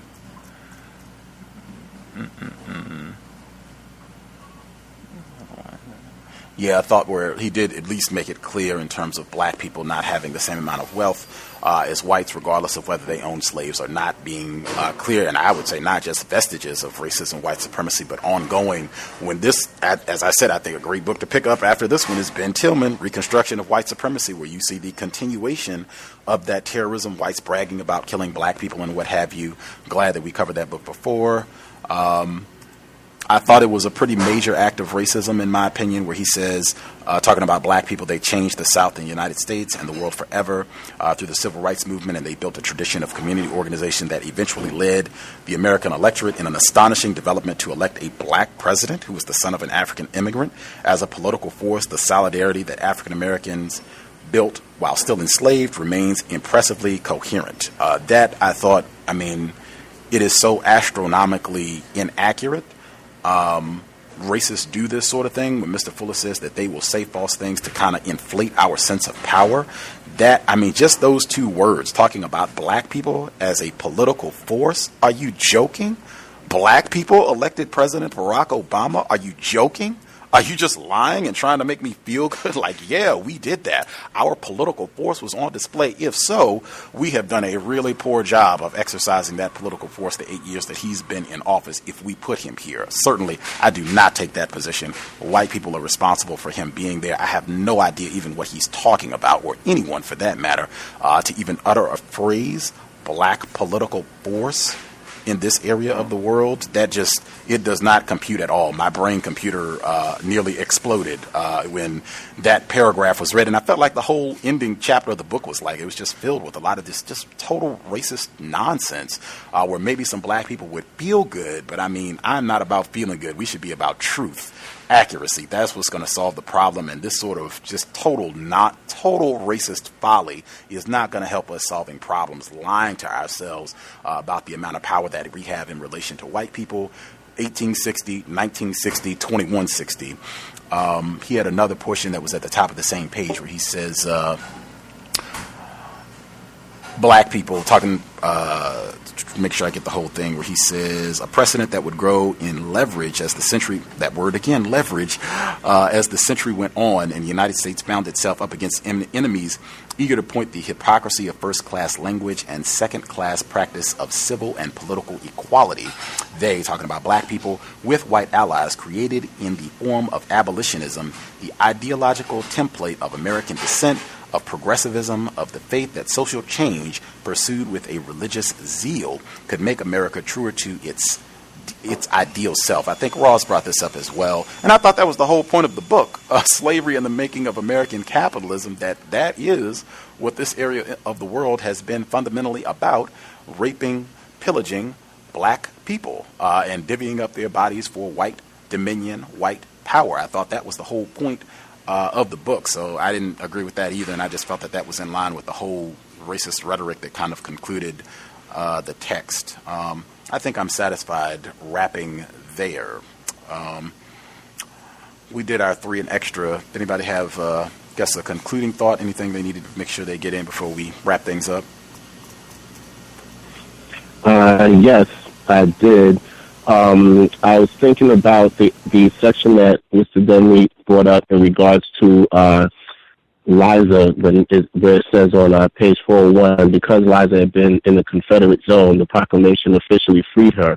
But after being disembarked on the New Orleans levee, she and others were herded into the city's cotton warehouses. From there, Liza remembered decades later, we were all scattered about to different Union-controlled plantations to do forced labor. And it really made me think of Dr. John Henry Clark. He's always talked about the fact that I just thought about, hey, freedom and under a system of racism, white supremacy is never freedom. It's just a more reformed version of racism, white supremacy. And Dr. Clark always used to say that black people should never give the ability to free us to our enemies, because it will always be to the benefit of those enemies. Freedom has to be taken by the oppressed, and they create the freedom that the way they wish for it to be, not the way that the enslaver or the racist white supremacist wants it to be for them.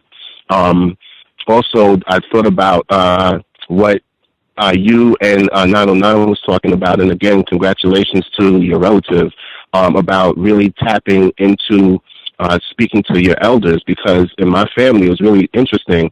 My father-in-law ended up just in confidence one day, and this is something he never discussed with anyone else. I found out later. I was just asking him questions and about what life was like for him, because he's now 87 and he suffers from dementia. And he actually told me, he said segregation was actually better for us. And he had said the reason why was because when he was growing up in the Trenton area in New Jersey, black people had their own schools, they had everything. He said it wasn't the best of facilities, but the idea was that every day you woke up, you were basically isolated in a big way from having to deal with white people on an everyday basis. And then he also discussed the fact that there was a big story of a racist incident that took place in the state of New Jersey called the Trenton Six, and he's related to 3 of the guys who were involved in that incident. And none of this would have come out had I not been having a discussion with him. And then also the information that 909 brought up about pondering what we don't know about what has happened to our ancestors. It's really, really true to think about that. We have to really sit and think about that and not be ashamed of it, because there's nothing for us to be ashamed of. We were victimized, and we're still being victimized. And I think that's the biggest issue for us as a people, is to get past the feeling of shame, because that's another aspect of racism, white supremacy that white people have placed on us psychologically. And we really have to look past that to understand the type of beings that we're dealing with. And I would just put out there, again, the great book to read that'll help understand what our ancestors went through is called Kebuka by Umwalimu Baruti. It's a phenomenal book. It's very brief, but I think it'll be a life-changing book for anyone who gets their hands on it. I thank you very much, and I'll mute my line. Anything else folks want to make sure they get in before we conclude? Last thought. We have about 2 minutes.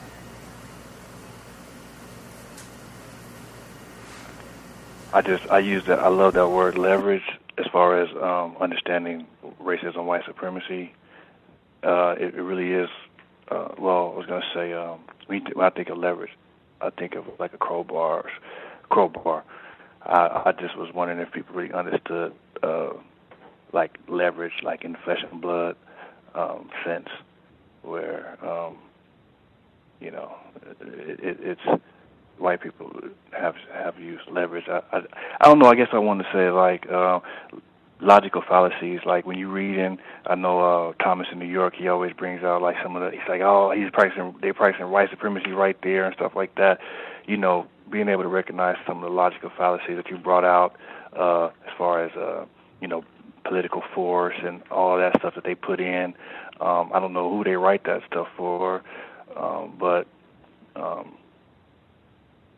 I think that'll be interesting for you, Thomas, if you wanted to, like, just really get into the logical fallacies and help people understand. Because you always be pointing out. I love that you always point out things that where they are practicing racism, like this stuff that don't even make no sense. I don't see how they can write that, and they're so intelligent and leverage. I think if you really understand leverage, you start seeing how a lot of our so-called institutions get co-opted or infiltrated, and like it's they use leverage against us heavily. Like that's one of their major they understand leverage, and so like just the fact that word has been brought out, I want to kind of just put some extra on that to understand that. Right on. We will wrap things up there. If folks have any other thoughts, I had been thinking about inviting Mr. Baptist on the program, but since it's such a lengthy book, I wanted to wait until we were closer to the end or had in fact read the book. Then it would be better for people to, if they were interested in asking questions and all that. Now we've covered the whole book, so I will put that in the cap and ponder. It might be cool to invite him to the program to see if he'd be willing to come and chat it up with us to discuss his book and some of the points, quality information, and points where, in my view, his racism is coming through. But we'll ponder on that one. Again, if black females specifically would be interested in narrating Leonida McLean, A Foot in Each World, let me know. Certainly you would have to be able to narrate the first installment for next Friday, which would probably entail making sure you have your hand on the book sometime soon, and then able to actually do the audio in roughly a week's time.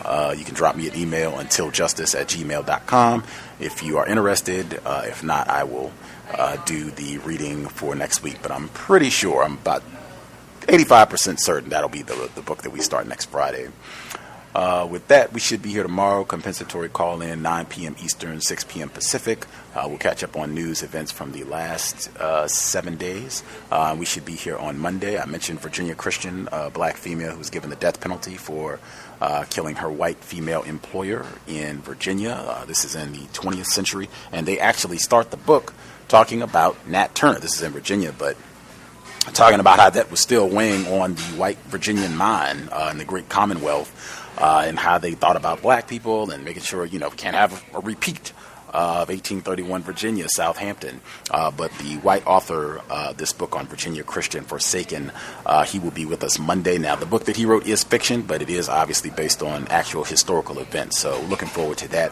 Played the news clip a few weeks back. If folks are interested, want to do your research and prep for him, he'll be here Monday, normal broadcast time.